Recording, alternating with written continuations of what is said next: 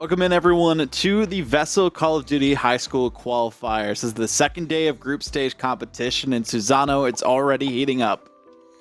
Oh, yeah. It is time to heat it up. Time to get the kettle on and let's get cooking because, man, we have a big day ahead of us. We did have a bit of a delay to those that are coming back, that are hanging out with us, that have stayed with us. Thank you. I know you can thank Steam for that one, but we're excited. We're ready. It's time to get cooking here, Vaudable.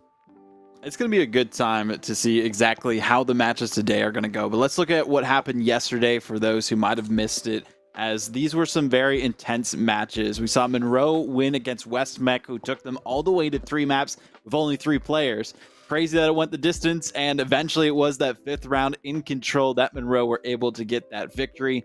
We had some dominant performances as well from Wake Leadership Academy and South Mech in that 2nd and 3rd match. And then, fortunately, we couldn't get the last one on stream, but as you can see, one team beat the other there, and I'm loving the logos from these squads. But we got to talk about the matches we have today here as well, because there are some really great matchups. Holly Springs versus Research Triangle, New Bern A versus North Mech, the North Mech playing a doubleheader, this one against Garinger, and then Myers Park versus Lee County B. Time's a little bit updated, though, as we had to push things back because of that Steam update. So first match starting at 6:45, but still going to try and get all these matches underway as best as we can. We already know the first map. It's going to be Skid Row. We saw a lot of Skid Row yesterday. Do we think there's going to be much of a change up based on the strategy that teams might have seen from squads who played yesterday, or are they just going in fresh, not going to worry about it whatsoever here? I feel like every team's going to have that, sense of neutrality, that they're going to go in with the maps that they're comfortable with. Granted, a lot of these teams didn't get, B-Stream coverage. So if they were just watching from B-Stream alone, then, like I said before, they want to come in with the maps that they're comfortable with. They don't exactly know what these guys are comfortable with in terms of their picks. I mean, we have seen their picks. We know who's picking what. I mean, Holly Springs wanting to go for the Skid Row for map 1. I mean, that just gives you an indication that they're a little bit more comfortable when it comes to that one. Don't really want to duke it out on a map like Subbase and other ones like Invasion. So Skid Row seems to be their true neutral.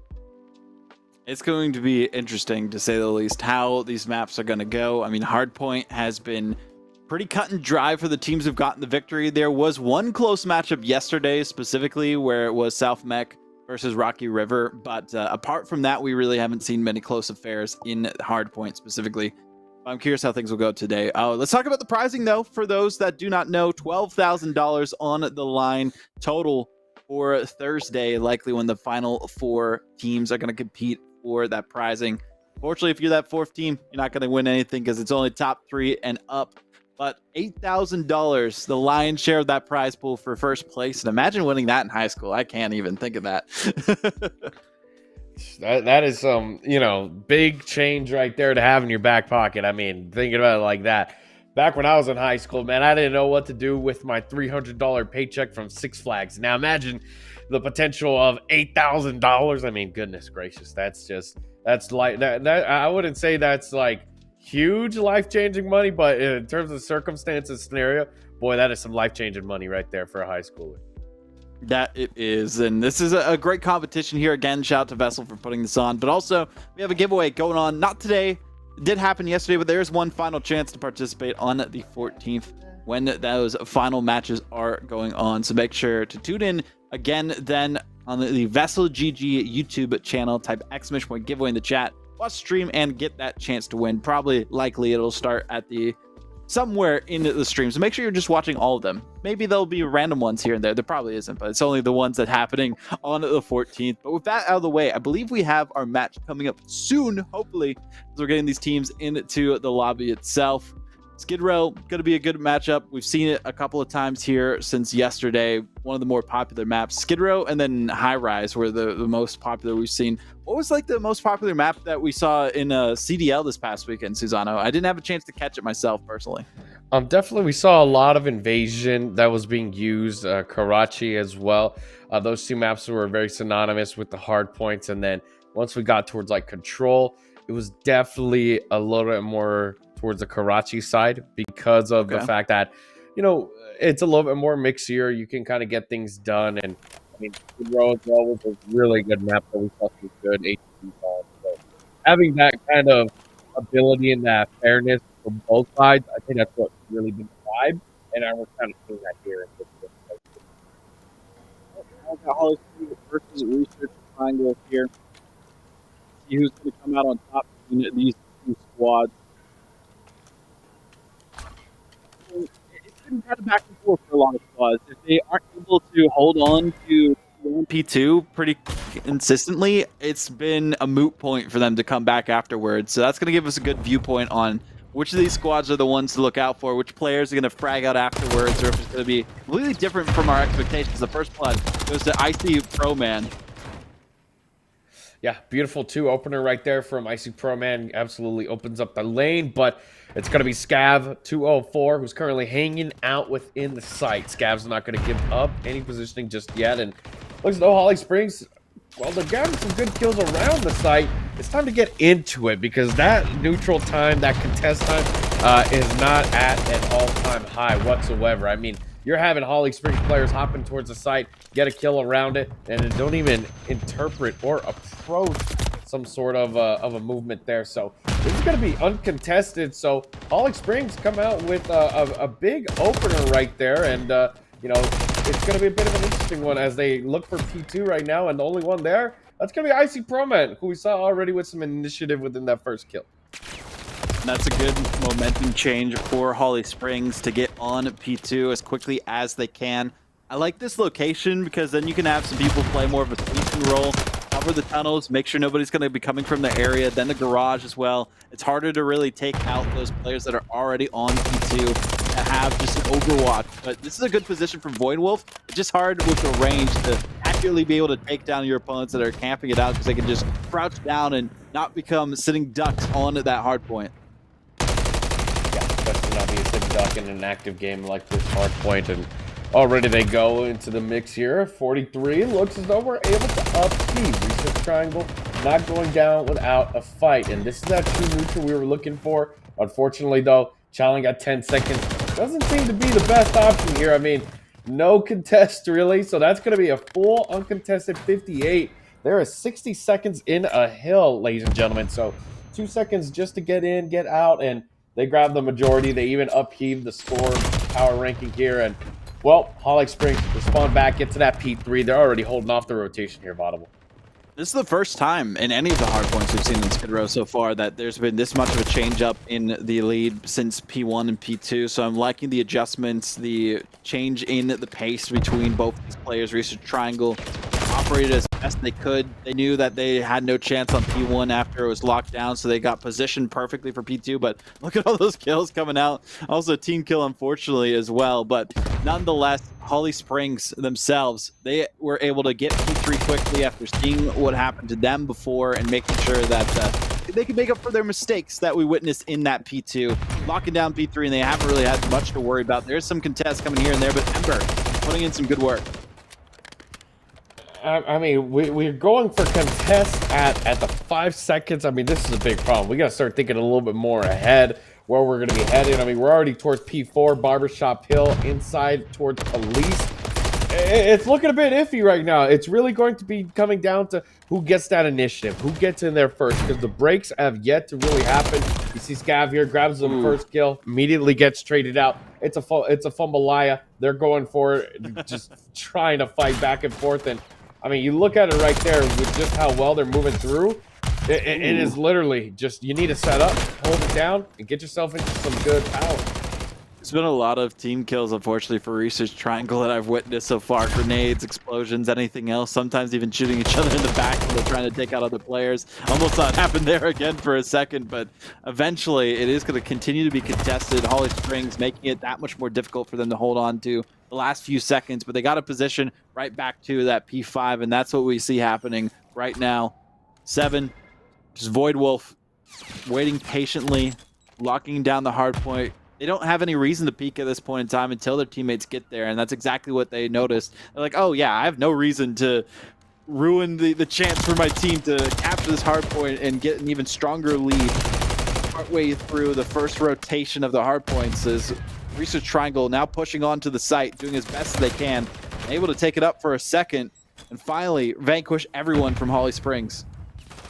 Yeah, big opener right there that's going to get Research Triangle the positioning they wanted. They start fighting back and forth. Jacker just unfortunately takes that chow with the rival 9. While it can be a ray gun at times, typically that MCW's recoil control and pattern are going to favor it. So already they get themselves going. Ryomen here, shout out Jujutsu Kaisen.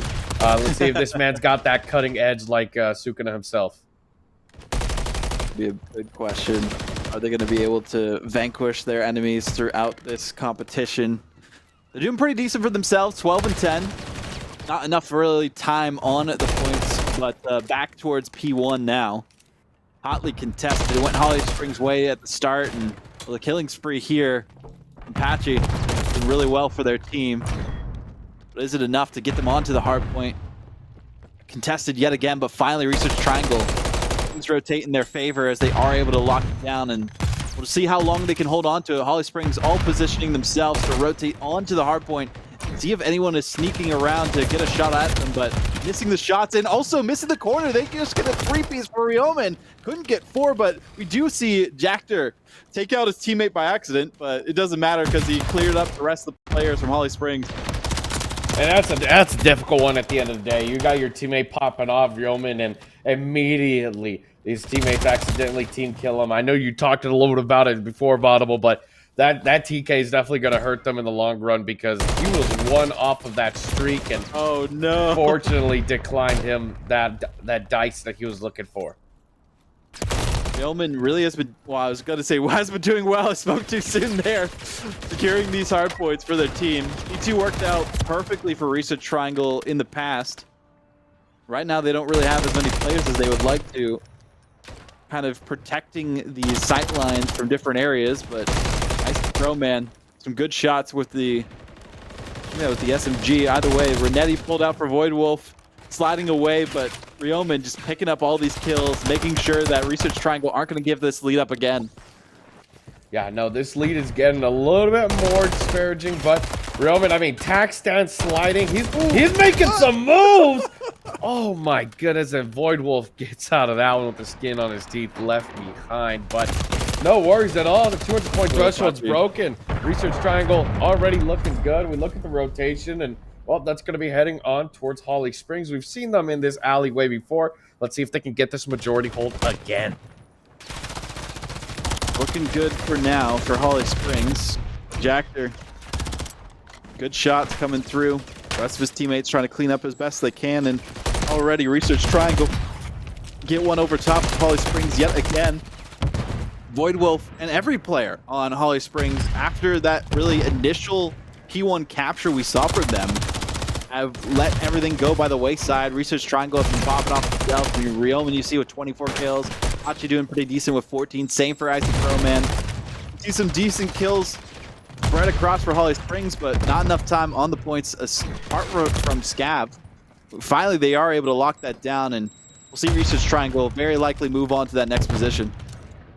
Yeah, you need to get yourself in that forward-moving position here. Get yourself where you want to be, but it's going to be Jactor going up against Scav here. Scav realizes this kill is contested, but oh, Jactor gets the stun off, but just a bit above getting a haircut for Void Wolf and co. And looks as though they're fighting tooth and nail here. Look, Research Triangle will win off of this hill, so the severity in the moment felt ever so clearly by Holly Springs. They go back and forth. The trade-off occurs, and, well, Holly Springs, they come out on top of it with only one man left in the hill. Enemies have infiltrated. The Research Triangle hold true now.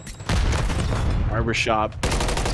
The location of a shootout between these two teams, back and forth, trading this hard point, making it difficult for Holly Springs to try and come back as best they can. Ryomen with the 2-piece, taking out themselves, grenades galore, everyone getting taken out by that one for a second. Shots in the back, Jactor just holding on as best they can, but now Holly Springs were able to do what was necessary for a moment to give them some time, some points off of that hard point location. Now we move back to P5 in the courtyard again, seeing what these teams can do as Holly Springs got onto it quickly, but they got to be careful that they don't get this last player taken out before the rest of their team can rotate in. It's going to be all on the hands of Ryomen here to grab the kill, but oh, Scav is ready to go. Hanging out towards the back here of the containers, not giving up anything, but something to note, they will not be able to win off of this hill alone. A rotation's going to be needed, but Research Triangle just need the 11. Renetti in hand, going for the prayers and the shots, and they will be able to open it up, but Scav, unfortunately for them, will deny that dream. Remember, you still need 11 here. So if that 11 threshold crosses, we're going to need to work on a rotation. Test comes through again. Shots go forward. Void Wolf holding things down as best they can. The side comes through as well. Does have the shots. Pulls out the Renetti to finish things off again. Good maneuvers there, but you mentioned it. They need to position onto this next hard point. Doesn't matter if they go down here because this is all going to be Research Triangle's game. They just need to hold on to it for 10 seconds, and that's exactly what they are doing. The points are racking up. It's no chance for Holly Springs. It's so close between these two teams. It is contested. Void Wolf trying to save the day for their squad, but it's not enough. Goodness gracious, and Research Triangle with some absolute blessings there of positioning. I mean, Wow. You saw Holly Springs try to hit that rotation early. I think that was with Scav, but it was a 1 versus 4 effort, and well, it came down to the manpower. They outpushed him, upheaved him from his spot, and they held true. So Research Triangle with the 6-point difference.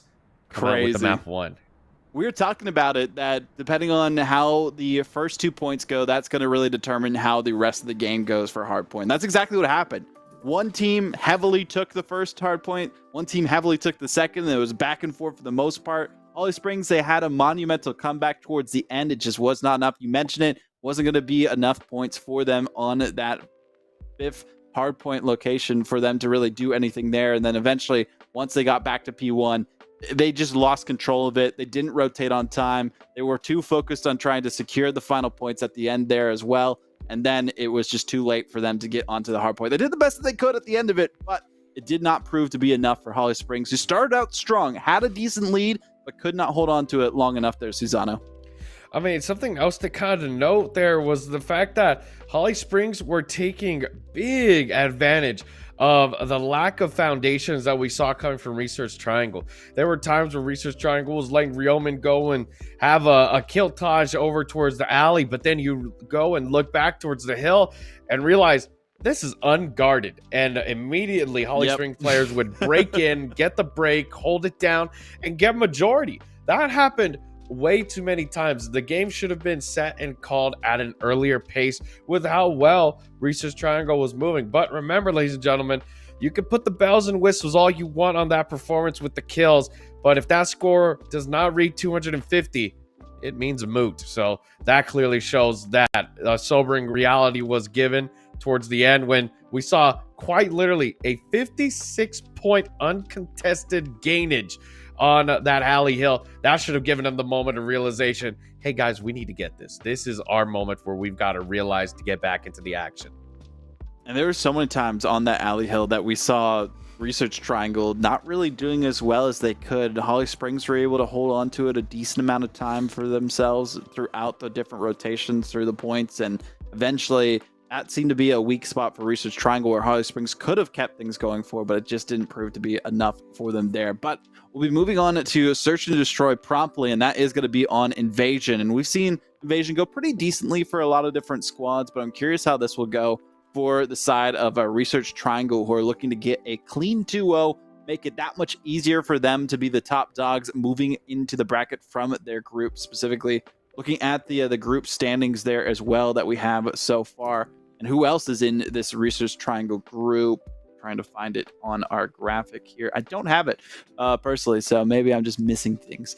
Either way, though, still a solid matchup that we saw happen there. Some good matches between these squads left and right as more teams trying to make their way through these group stages. Yeah, this is their moment, their time in history to get themselves up within that VESL standings. I mean, we've seen it time and time again where teams come in, they're fighting for glory. They want themselves to be able to get up on those standings. They want to get within the bracket play, get themselves out of pool. And remember, there's limited spots. Not everybody's going to make it for that 8K. So it's really up to your volition and your cognitive to be able to get into that one. Think about what you're going to play as a team.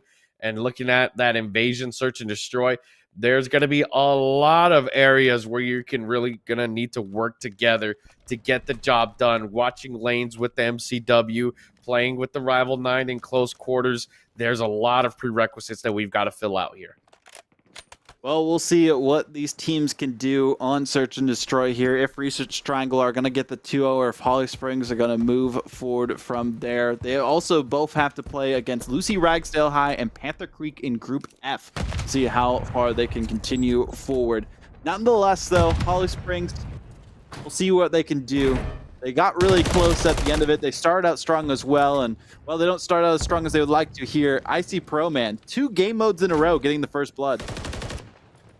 And that's just big right there. It shows the initiative of the player, how well he's going to play and where he wants to be. And I mean, Research Triangle, it's their opportunity here to close out this series. So they will do everything they can. And Ryovan, oh my goodness, giving a bit of a little you know, ring around the rosies there. Just accidentally going out the way they came through. And well, 2-2 now in terms of the manpower with 25 seconds left on this bomb. And Scav's going to go for the first kill. Beautifully done. Jactor's your last man here. And, well, they will bring it down to the 1v1. Just need to play your life here. Playing real close to the chest. Trying not to give anything. Jactor's playing smart as can be. And that's going to be the run out on the timer. That gives them the round and even grabs the kill. Nice from Research Triangle to clean things up. Started out strong. It got close between both the two teams, but Research Triangle were able to clutch it up at the end of it. We see Jack here getting 2 kills to their name. We saw Icy Pro Man getting 2 before. Those 2 players are the ones to look out for, so far at least, in Search and Destroy. We'll see if things change up for the fate of Holly Springs in this next round as they switch sides and see where they can go from there. Holly Springs attacking this time, and really Jactor clutching it up for their team. It was close, but Void Wolf, they were the player to look out for in that hardpoint matchup, and now they are the ones to look out for on this Search and Destroy. If they get taken out early, that's going to be just all the pressure off the shoulders of Research Triangle in this next round. Pressure's on, and they start to make their way over here. Ember's going to be... they're going to be baiting each other out, but it's no problem. The trade goes through. A life given and life gained there, Audible. That is so true. As I say that, though, unfortunate for Pachi, tried to get out of the situation as they were taken down themselves. 3v2 currently for Holly Springs. A boon for them. They didn't have 2 players go down as quickly as they did in the last round. Shots come forward. Trades back and forth. 2v1 now completely changed the fate for Holly Springs. Ember got 1 kill before. Can they get another? Barely missing their shots afterwards. Having to get the reload. On towards the A site, 2 players are in position. The grenade comes through and no at the wrong time. But a bit of an interesting one there. I mean, they were really, you know, playing that one a little close to the chest, just making sure that they had just a bit, you know, their players all in line. But I mean, if that nade, just that nade alone connects, oh boy, that's a whole can of trouble that we do not want to open that Pandora's box. No, we do not whatsoever. Imagine if it got a 2-piece onto those players and somehow clutched the victory for Holly Springs beyond the grave. That would have been an insane story to tell after, regardless of how well this matchup is going for that squad. Nonetheless, though, not going as well as Holly Springs would like. Down by 2 rounds already. They kept it close for the first one. Almost were able to bring it back, but wrong timing on the utility there. Holly Springs really need to get that first blood. As I say that, they do finally take out Icy Pro Man here. That's a good start for them, but is it going to be enough? Good start indeed, but something to also know, Jactor on that 4 streak does not want to go down, and that's going to be a big one opener right there for Scav. Jactor's your last man, and will go down at the 5 streak. That is not a dice given, so you will not be able to have that cruise, but plenty of opportunities to be able to grab that cruise again. It's still round 4 now, with round 3 being given to Holly Springs, though. 2 for Scav, 2 for Void Wolf in that round to clutch things up.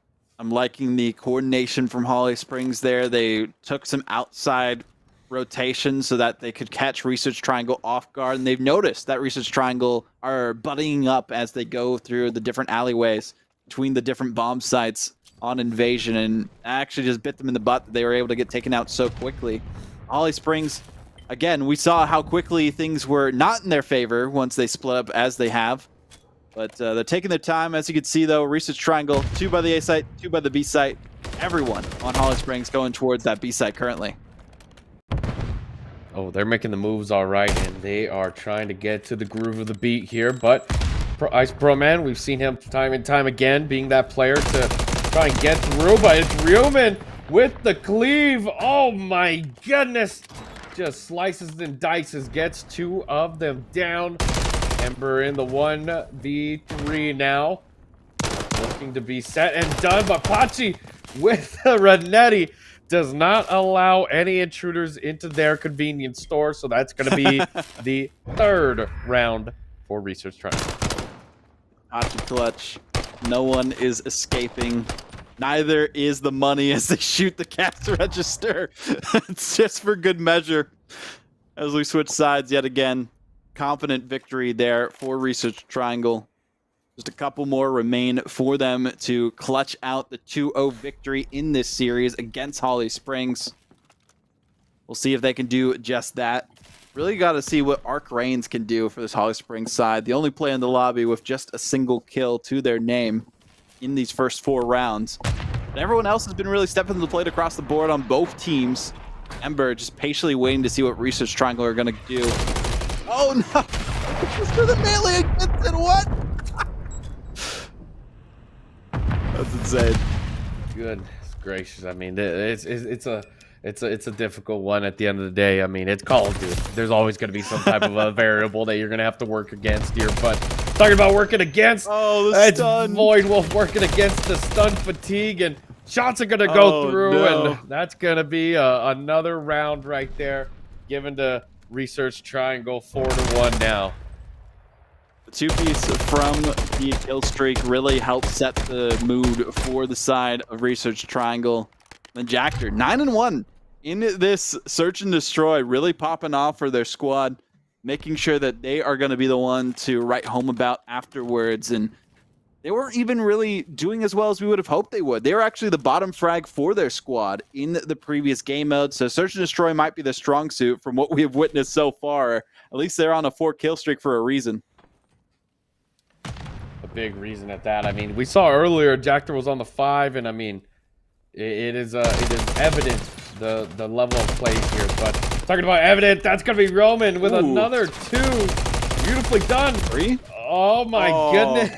It's gonna get taken down due to the lack of composure there with that aim. But I mean, he went through the reload and was still firing back, so there's some silver linings there. Jactor, I talked about how well they were doing before their second death of the game, taking it right there. 2v1 situation. They can't get the bomb down, and that's what they do. Pachi looking for any angle to see if they can spot out someone. I think they noticed them, but no, they are getting shot out instead. They just kept running to their doom, and Holly Springs finally able to get a second round. Yep, and here we are now in that notorious dagger round, the 2-4. You know the way, Vaudable. You know what is at stake here. Potential, the momentum of the map, and I mean, Holly Springs with that second round, it's definitely a bit of an opener of the eyes here to try and see if maybe, hey, we could play a little bit more, proactive than reactive, not lethargic. You know what I'm saying? That's going to be a big question for Holly Springs here. Feel like if Arc Reigns can step up to the plate, that'll be the difference maker for Holly Springs, excuse me. Because both Void Wolf and Ember been pretty decent, but as I say that, Void Wolf taken out as I speak their name. And there goes Arc Reigns, as I spoke about them before. Finally, we do see Scab get 1, but that's going to be the only player that is remaining now is Ember. 1v3 situation for them, getting some shots here and there, but they're just eventually going to be taken down by the firing squad that is a Research Triangle. 1 round away for a 2-0 victory in this best of 3, Susano.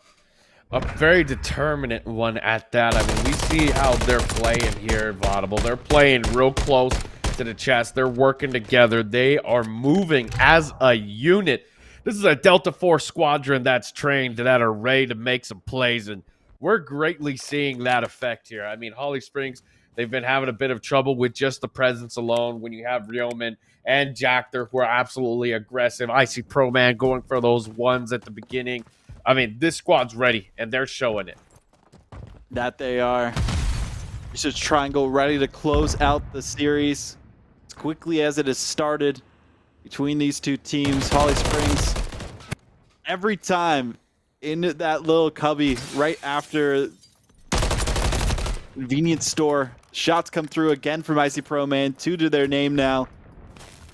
Going for a bomb plant just because they can, I guess. But Holly Springs, we'll see if they can get this down here.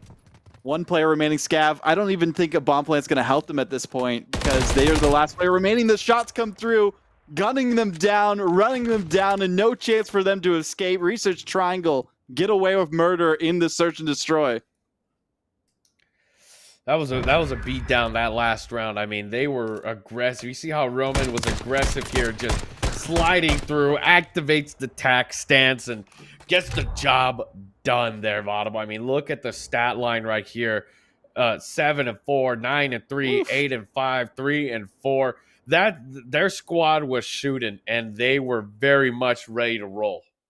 That they were. Great stats being put up across the board from Research Triangle. Everyone getting involved for the most part. I talked about kind of the weak links on Holly Springs. Scav and Arc Reigns really weren't able to do too much. We finally saw Scav get a kill at the end there, but it was a little bit too late to get the game going for their team. And only 1 player positive on that squad, which was Ember, and they couldn't even do enough to get them more than that second round that we saw them get so late into the game in Search and Destroy. So valiant effort that we always see from teams as best they can on Hardpoint, but usually it's pretty one-sided for the most part in Search and Destroy, I've noticed, Susano.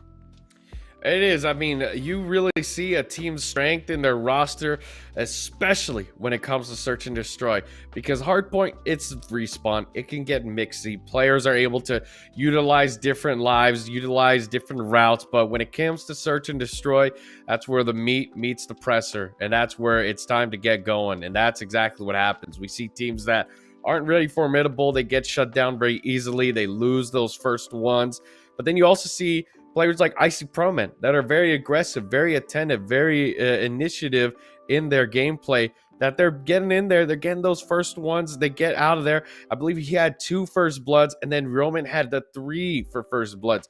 Both of those 2 were a dangerous duo to even work against. That you're not even thinking about your formidability against that roster. Well, we'll see some more formidable rosters soon as we have a double header for North Met coming up next. It's them versus New Bern A first, then them versus Garinger A. 1 final matchup after that, Myers Park versus Lee County B. Couple more matches to go. Don't go anywhere. We'll be back after this break.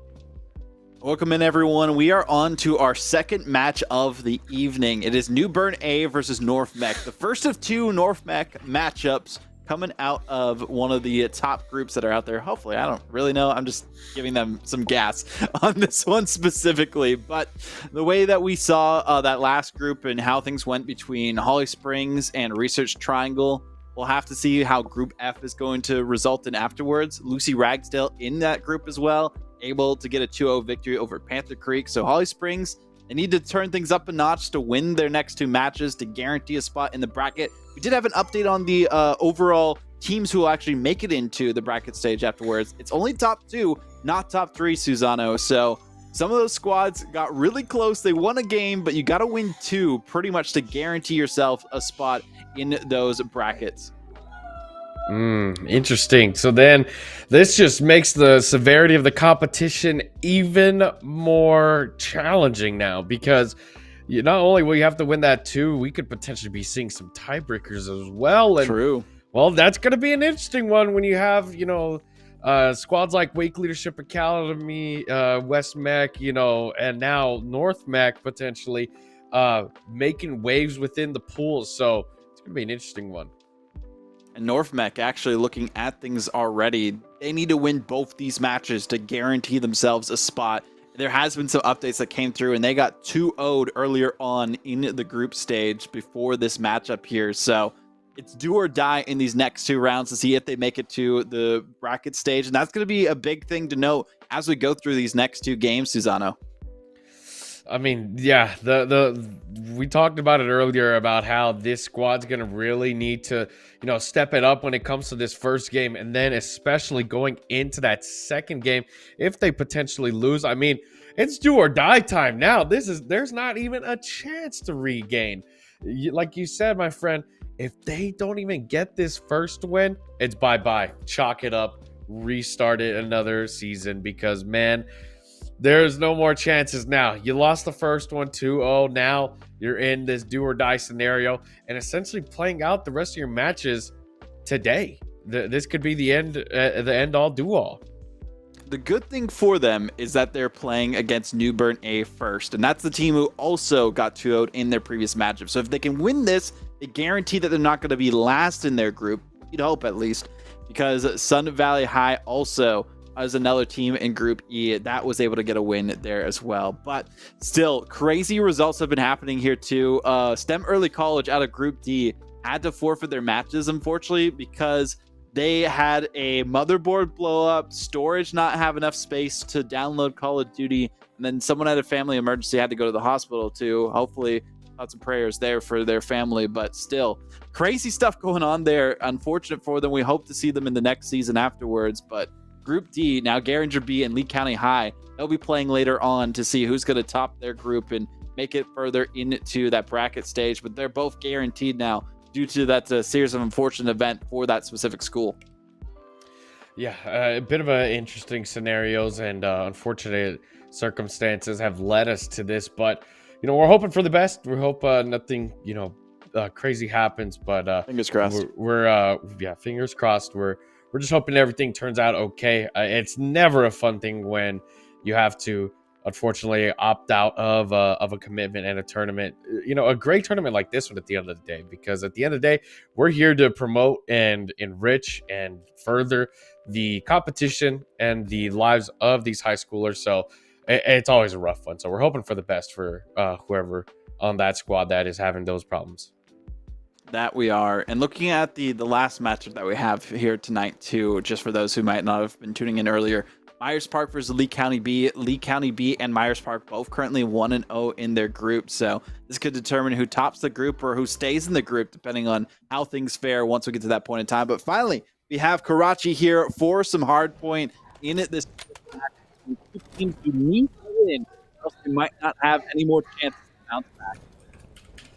The time to play is now. These players, like you said, this is the opportunity. This is the chance. One shot, one opportunity. Somebody get that mom spaghetti away.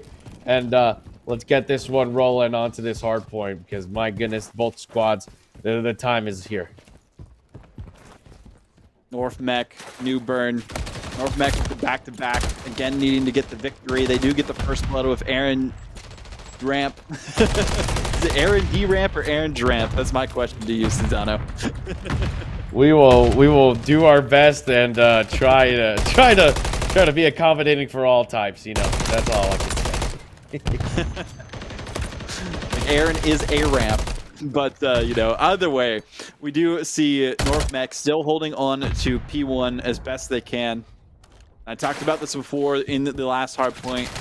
Way to see how this match is going to go is based on P1 and P2. Who confidently holds on to them if they trade much at all. If we see some good contests from both squads. New Bern haven't really been able to do too much. They've had some shots here and there. They've gotten a couple kills onto the North Mech squad. Now moving on to P2 already. We do see the side of New Bern holding it down as quickly as we can, and it's always smart when you can't really get onto P1 as well. It's just continually change your game plan and get onto P2 as quickly as you can to hold it down.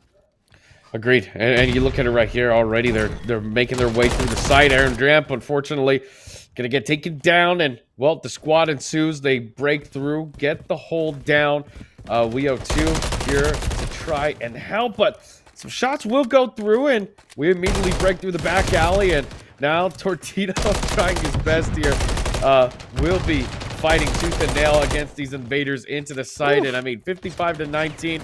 You look at each other right now, have a moment of realization, pull off the Spider-Man beam, point at each other, and will not happen. So that's going to be a big one. North Mech now breaking that 60-point threshold. But look at the rotation.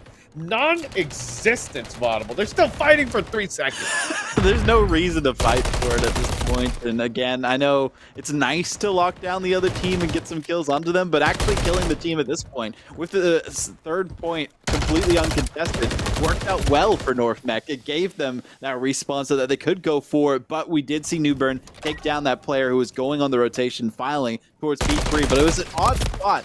See everyone just abandoning P3 for a second as it spawned in and nobody holding onto it for at least 5 seconds. Yeah, that uncontested time is going to be a bit of a hindrance later on when we look at the bigger picture, but no worries at that. You will see, though, North Mech will be able to hold majority for now, 75-31.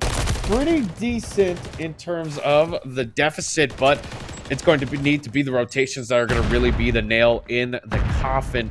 Already 10 seconds left and no rotation once again. I think both of these squads are just deciding to pull out of the gentleman's agreement to just duke it out as much as they can and as long as they can. So even with 2 seconds left, they still go for this challenge. They want some blood. There is blood in the water, and like sharks, they're fighting for it here, Vaudable. That's what you want to see from a team who needs to win 2 matches in a row after losing their first. North Mech have tasted defeat expeditiously at that, but so has New Bern. Both of them got 2-0'd. We don't know how close those matches were, unfortunately, but North Mech, this is their time to shine, their time to turn things around. Fate is in their own hands. We got to see if they can clean up the competition in these first 2 games. Not dropping a game against New Bern will help them at least tiebreaker-wise, but they got to win all their matches to guarantee themselves that spot in the bracket stage. A guarantee indeed, hopefully so, but I mean, with it being a 100-point threshold right here, Vicious unfortunately not able to grab the kill there, but looking at it right now with these chows and the proximity of the next hill, they're feeling aggressive here. They're going towards this bus hill, and Vicious, I mean, sticking true to the name, just sliding in, trying to find some sort of relevance, but it's going to be Aaron who puts him down the D ramp and unfortunately sends him back to the spawn, and shots will go through. Solar sub, sticking true to the name, a light in the dark here, but oh, it's Mac with the slide in.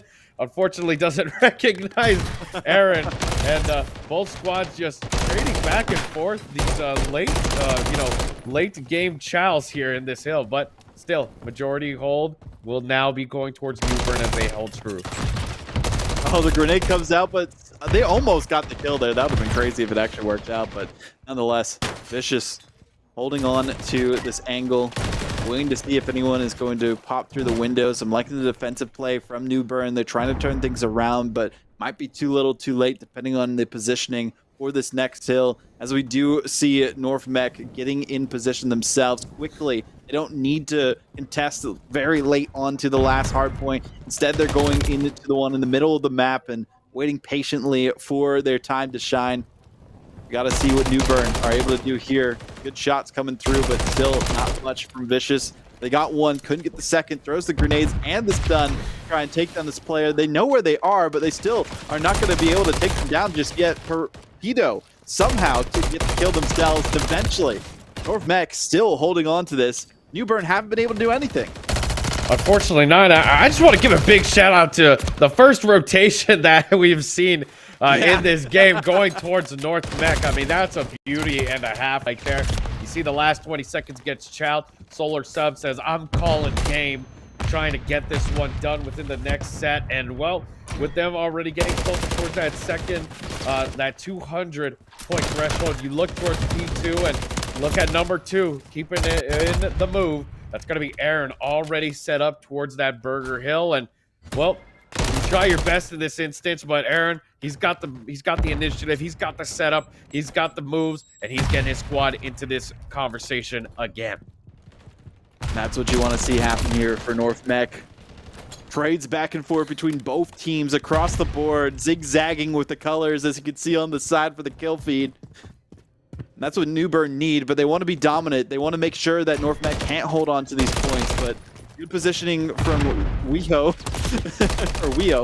as they are putting some shots through by the bus, but still not enough. You see more coming through. Some room for New Bern.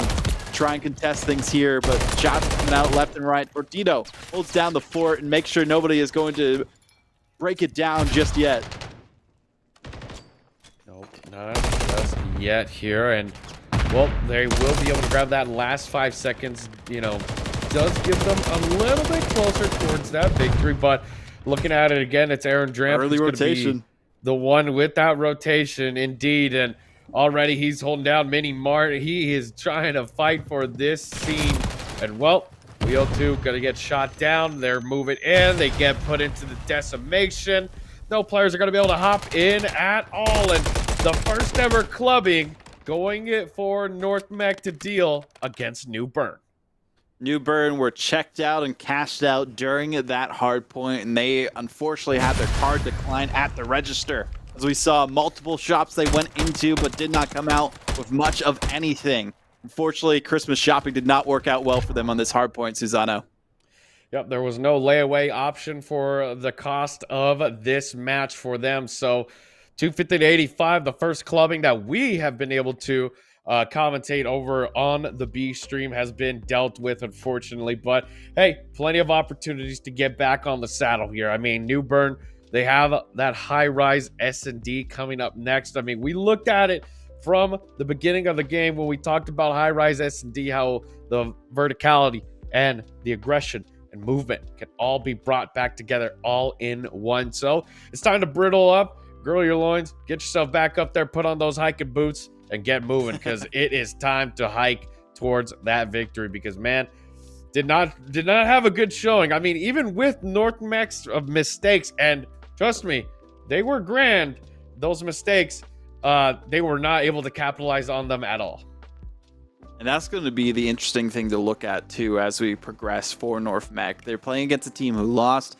Now, after this matchup, they're going to be playing against Garinger A, who 2-0'd in their series. And, well, if they 2-0'd one of these squads, which wasn't North Mech, so they were the team that 2-0'd New Bern, we could probably see that they had those rotations in the hard point. They knew what they were doing in the search and destroy to clutch things up there. So that's going to be an issue to look forward to for North Mech. They got to clutch things out in the search and destroy, and it's going to be on high rise. I always love to be taking a trip back there. We saw how intense the battles have been on high rise so far in the control in the S&D, even in hardpoint as well, or the ways that we have seen these teams try and take their momentum from hardpoint into high rise on S&D. And now we get to see what North Mech can do to close out the series, or if it's going to be New Bern clutching it up and making sure that they still have a chance in this competition. Because if New Bern go down here, I don't think they have a chance to bounce back.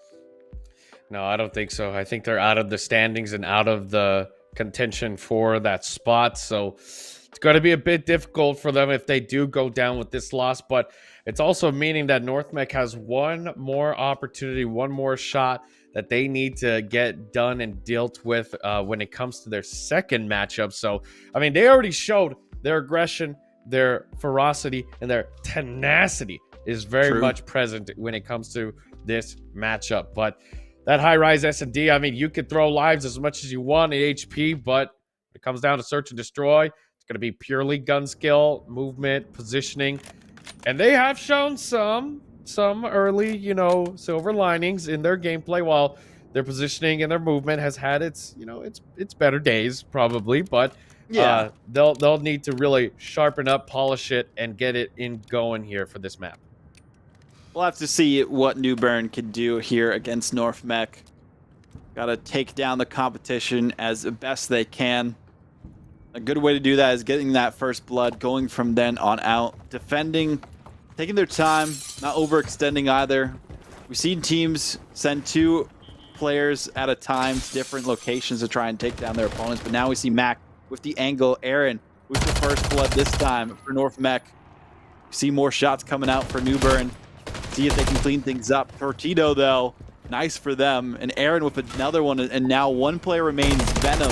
Some good shots come out here, but that's not enough for them to 1v4 the other team. Fortunately not, so that's going to be the first round. Nicely done for the side of North Mech, and it's just the beginning of the end for the side of New Bern. I mean, there were some times where it looked like they were chickens without their heads just running around, but it's all good. Just round 1 of a potential 6 for the side of North Mech. So it's just the start. We can reset, regain, get ourselves back into the conversation, and just get back up. Venom, the only player able to get a kill on their squad last time against 0 fatalities. That's kind of ironic. Yep. They're the one who's taken out there. They were the only fatality that time. Nonetheless, though, you do see North Mech on the defending side this time. New Bern looking for an entry frag onto the oiler, and there we go. Explosion comes through. That's always good to use, and 3 kills already for North Mech. Fish is the only player remaining. Does get 1 for them themselves. Ran a little bit too fast. Gets a second one too with the reload. 0 fatalities. Got to be a bit not overzealous on this play. They have the angle. They have the shots. They do get the kill. North Mech clutch it up 2 rounds in a row. Beautifully done. I mean, there was a real big ballroom blitz there under that blue tunnel, and 0 fatalities, telling them to get over here and get it done. And that was beautifully.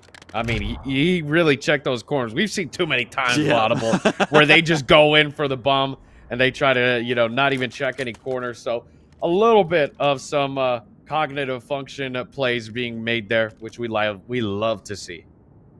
That we do.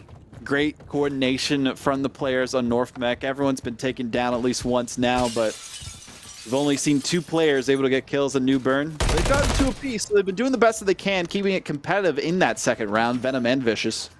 First blood does go to Aaron yet again for the second time. They do get taken out in stride. Torpedo with the bomb, looking for a different angle here.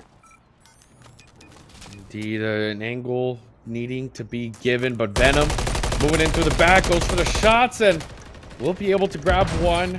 Able to sit back for now. 2-2 equals out. Then pops through, goes for some wall bang shots here through the bomb.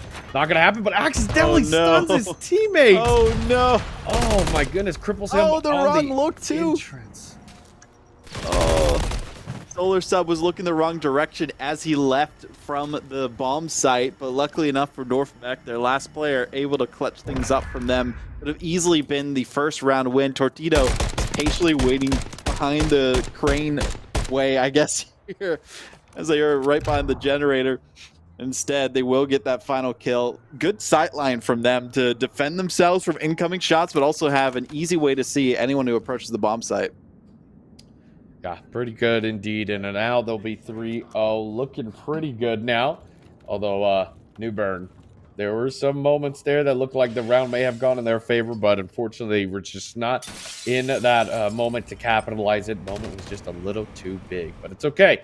3-0, still perfect amount of opportunities here. And talking about opportunities, it's going to be Vicious here. Nicely done. Tries to go for the trigger discipline, but unfortunately, the scatter shot does him dirty. So, will not be able to get the ice on that kill.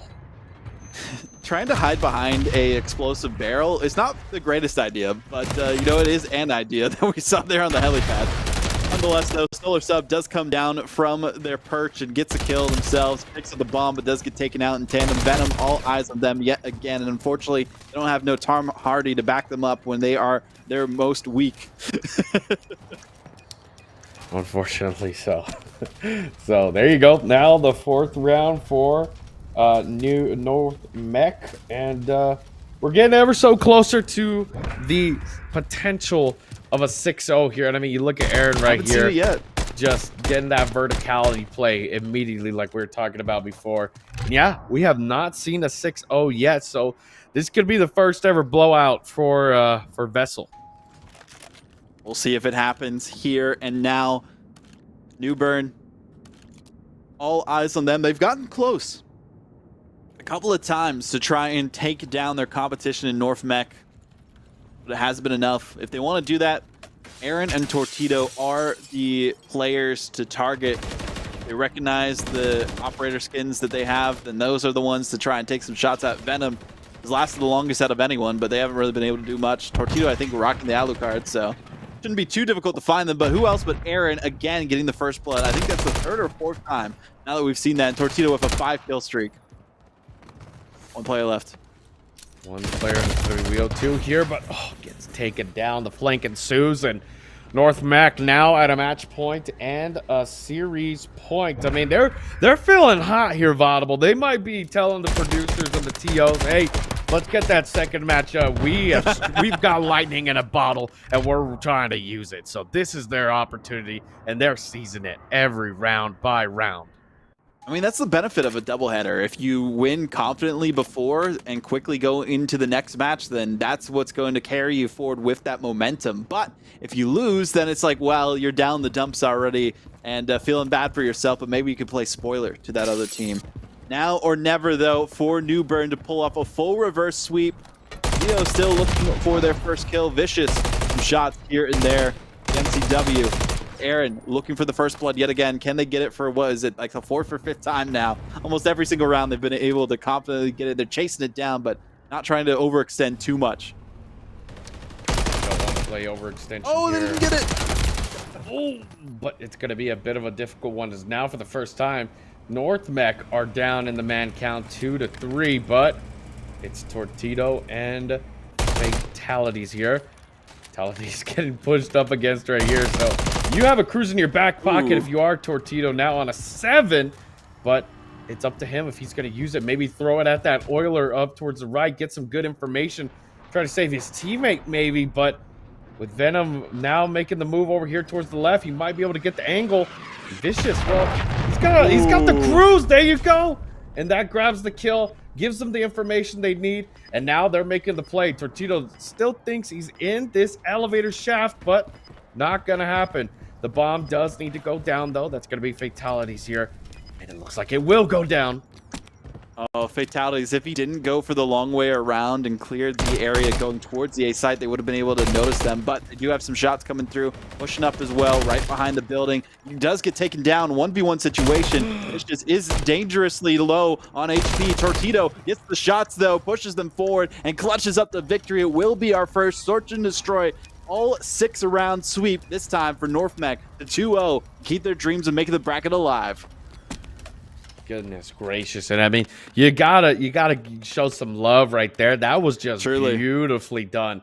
I mean, they could have definitely played spoiler there at the end, New Bern, but unfortunately the manpower just did not work out in their favor. And look at that, Tortito, 12-1 with the 9 streak. Goodness gracious. That's the type of teammate you want right there. That's the best we've seen so far for anyone playing S&D, like in any of the matches we've had up to this point. So nice from the side of North Mech to get that victory, but they have one more opponent to face off against to cement themselves as a mainstay in that bracket stage, and that is Garinger A. If they can beat them, well, they'll likely be able to make it through, depending on tiebreakers and things of that sort. But we do have to take a break. We're at the halfway point of the broadcast here. It's North Mech versus Garinger next, and after that, Myers Park versus Lee County B. We'll see you after this break.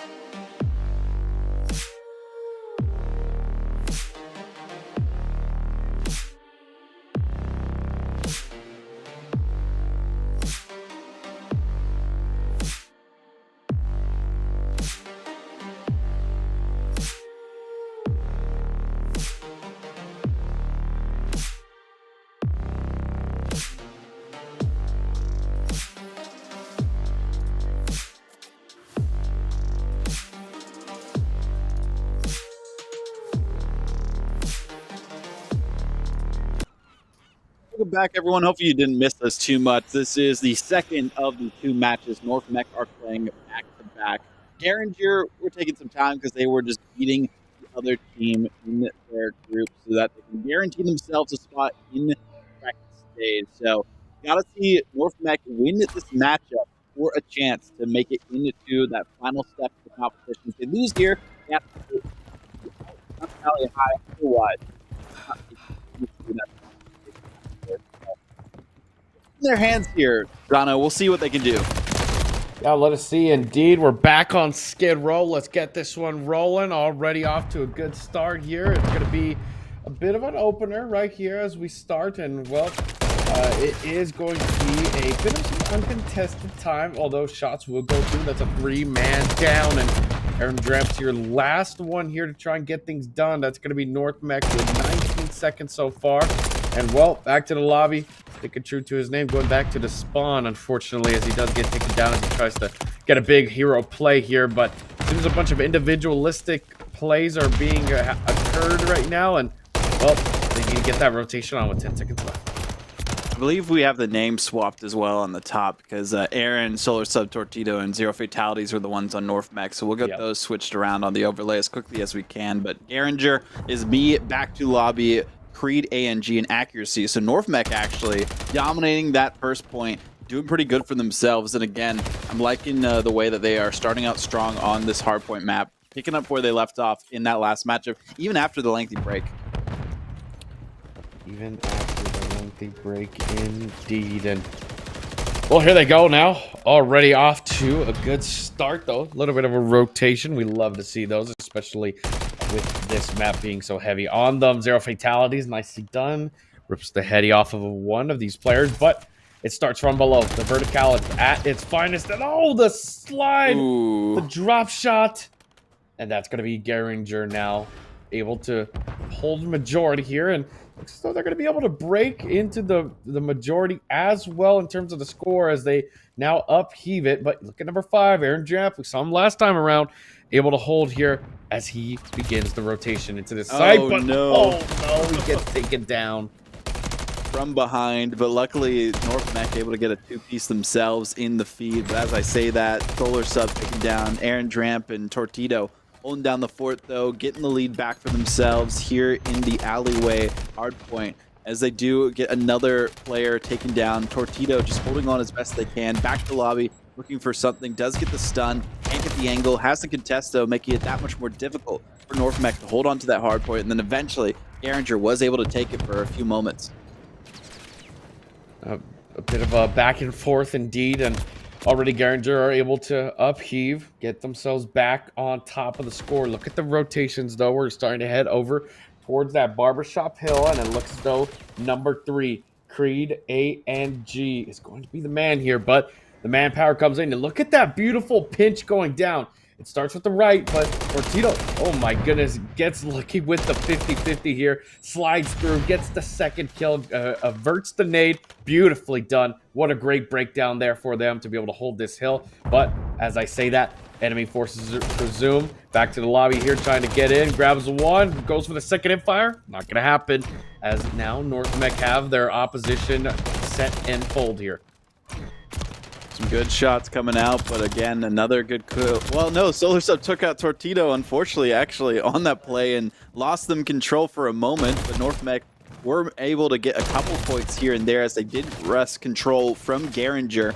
Now they're holding on to the last 20 seconds, but so many contests coming out from Garinger every few seconds. The grenade in the side of the wall. Unfortunately, the Semtex not exactly where they wanted it, but the hard point will be won by Garinger for the last 10 seconds. All eyes on that next rotation, though. Everyone getting ready to move around on both sides and position themselves so that they can secure this outskirts hard point that remains.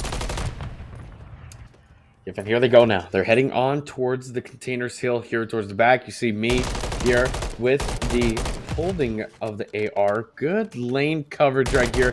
Stops the bleeding. Does not allow them to grab any more points, but leaves that hill uncontested. White indeed. And I mean, you look at it right now, this is just no man's land. They do not want to cross either side, but adventurous and bold they will be. Tortito stuck here trying to get himself into the site, maybe to stop that timeage, but it will be Garinger who still remain majority hold. Good look for Garinger so far. Hot off of a win as well. Guaranteed into the bracket. If they win this, they are the top of their group, which helps them going into that bracket stage as well. Looking at the kills feed for them too. 12, 14, 13, and 9. 9 is the least amount. Looking on the other side, 0 fatalities. Slacking behind on that. Only one player has more than 9 kills. That's only by a single digit for Tortito, as they were able to get one themselves into that last point. But speaking of points, hard point is secured by North Mech for a second, but they can't hold on to it as long as they would like. Kills come all across the board, and they are taken down completely. Taken down indeed. Well, there they go already with the opener here. Aaron Dramp, 6 and 15, unfortunately. Will be able to grab the first kill towards the stairs, but he needs to venture on it to the side, and he does. Blasts through with the Renetti. Nicely done. And across, though, it's going to be me once again with some good AR coverage as well. Trying to get some piercing penetration shots. Nothing giving just yet. No ice, no dice. The lobby here trying to grab one. Will be able to get successful. Ooh. Stops immediately in his tracks by Tortito. Creed compromises his position. They go through for the chow. Wins, but at what cost? 6 seconds are left, and already the rotation's on. The fight ensues, but it's going to be Aaron Dramp who's going to get here first. Does get there first. Takes too much time, though. Was trying to see if they can catch anyone unaware on the rotation. For the shot from behind, though, in the tunnel. Going to make it difficult for North Mech to hold on to this position. Shots coming through left and right. One player remaining on top of the point, and it will be contested and taken by Garinger. Ripped away from North Mech, and they have to quickly try and stay alive as long as they can. Back to the lobby. Really putting in the work so far to take out these players as they get towards that position. Very nicely done, the work that he's doing right there, but it's going to be a bit of a back and forth, but still no contest coming to the hill towards the top vertical sense. And it's a huge win. It is a massive one at that. And I mean, look, they're still gaining so much more time. Accuracy just needs to keep his head below the ridge line there, because you do not want to go down and be the reason the team doesn't get that extra 15. That looks like this is going to be a complete win for that second story hardpoint location here, making it that much easier for Garinger to try and get the victory. The trophy system denying any utility access onto the hardpoint for a moment, but quickly ripped away for North Mech yet again. Garinger, every time they try to push into the hardpoint, they are successful. North Mech have not been able to hold on to anything recently. No, they really haven't. I mean, they get this initial cure, and exactly, just in perfect timing, a cruise missile just comes through, slams their position. Although they do get a closer spawn here, Vaudable, so that will be able to give them the opportunity to react back. Creed goes for the second cruise here. I mean, you just really see how they're being advantageous with that positioning and the pushing these players out, corralling them back into that P1 lane. But it's going to be Creed here who gets it done with the help with back to lobby. 15 seconds left on this hill. They grab that majority at the end. And, well, rotation's already ensuing, and Aaron Dramp's once again trying to get it done for them. Shows why Garinger have been such an effective squad, why they haven't really lost a map so far going into this stage as well. So they have been dominant at best, making sure that they can secure everything. And actually, as I say that, they did lose one map here, it looks like, based on the wins we've seen from them. But nonetheless, still confident victories we have seen from the squad of Garinger. North Mech, they did get that win before, but even if they do go down here, they still have one more game if they win it to potentially make it to that bracket stage.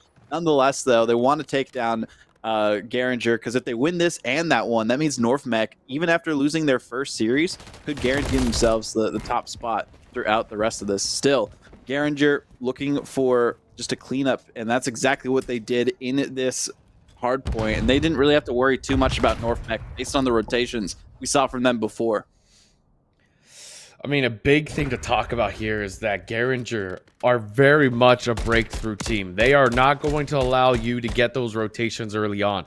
You might think you're safe. You might have faced competition before that have given you that leisure to be able to get in, to hold it down to your, setup. But this squad's not going to allow that. They're going to challenge your positions. They're going to challenge where you want to be. They're going to challenge your comfort levels. And this is where it shows when good teams become even better teams and they show out and become great teams. So these are two good teams going back and forth at it. And right now, we're seeing just how those variables play out in this hill. One thing to note, too, that I kind of misspoke on for the group stage specifically, North Mech have to win this one to make it through. Sun Valley High, because they beat them in a head-on-head, or head-to-head, excuse me, before.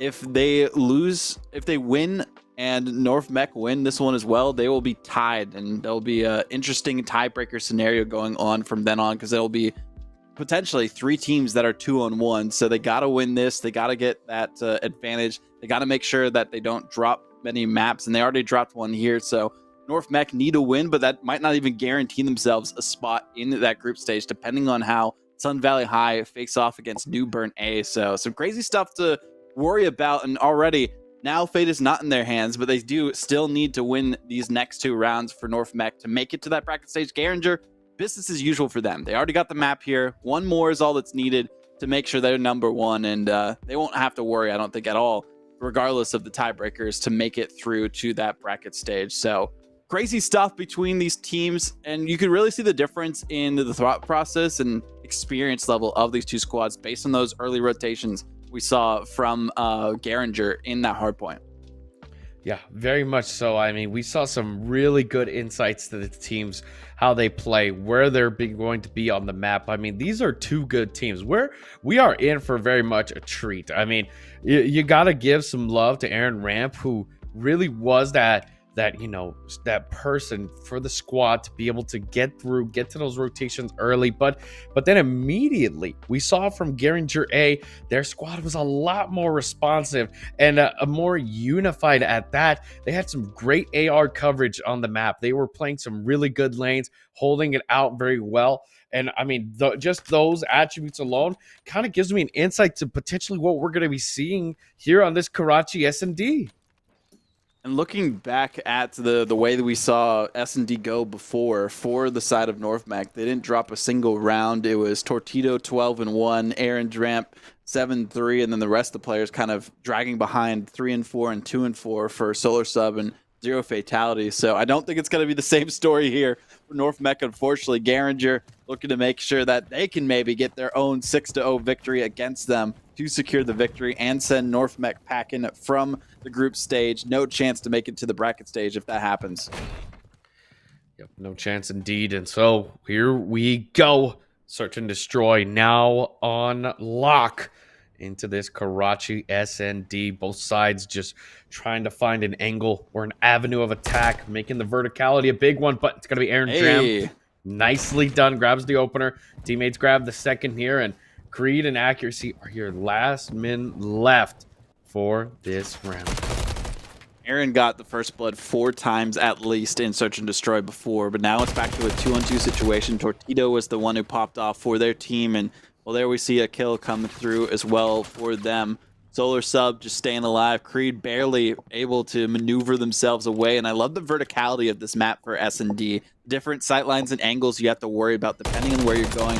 It's much easier for defense, but some shots coming through. Creed somehow not able to secure that kill, and definitely needed that to even the odds. He really did, and I mean right here, gonna be Tortito with a big opener right there. And well, North Mech now with their first round trying to get themselves back into the narrative here. Some good accuracy there from Tortito. The jump made it difficult for Creed to really position their reticle properly so that they could get the kill. Instead, just lost that gunfight. So good win by North Mech. Started off strong from Aaron Dramp, putting that first blood in the water, as we've seen so many times before. And then Garinger didn't really know what to do afterwards, but that's just one round of many that are going to be needed by North Mech to turn things around and force a game 3. Hopefully so. And well, here we go. Round 2 now beginning, and it's going to start with a big opener right here as Me grabs the first kill, but will be a bit of some back and forth here. Accuracy.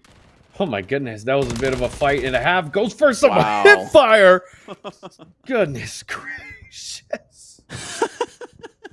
Accuracy, spray and pray is what that round was, and it worked. I mean, they were able to pick up 2 kills at the end there inside of the body of the opponent. They didn't know what was happening with that MCW, but they did get taken down that time. And Accuracy really taking down Tortito, hiding patiently, waiting in that hotel lobby for somebody to come towards them, and that's exactly what they did to get that kill. So 2 kill streak for them, 2 kill streak for me.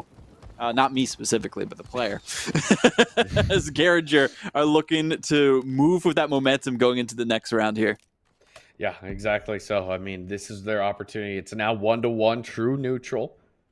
But to know that not every angle will be neutral and fair. And Tito does get some nice openers here. But with this game and the high TTK, if you're not beaming every headshot, then they will get away, slipping and sliding out of there. But it's going to be the smoke that goes down at B.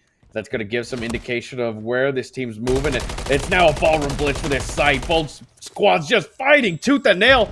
Back to the lobby, needs to get out of there. Runs out of ammo, but it's me who's here trying to slam them.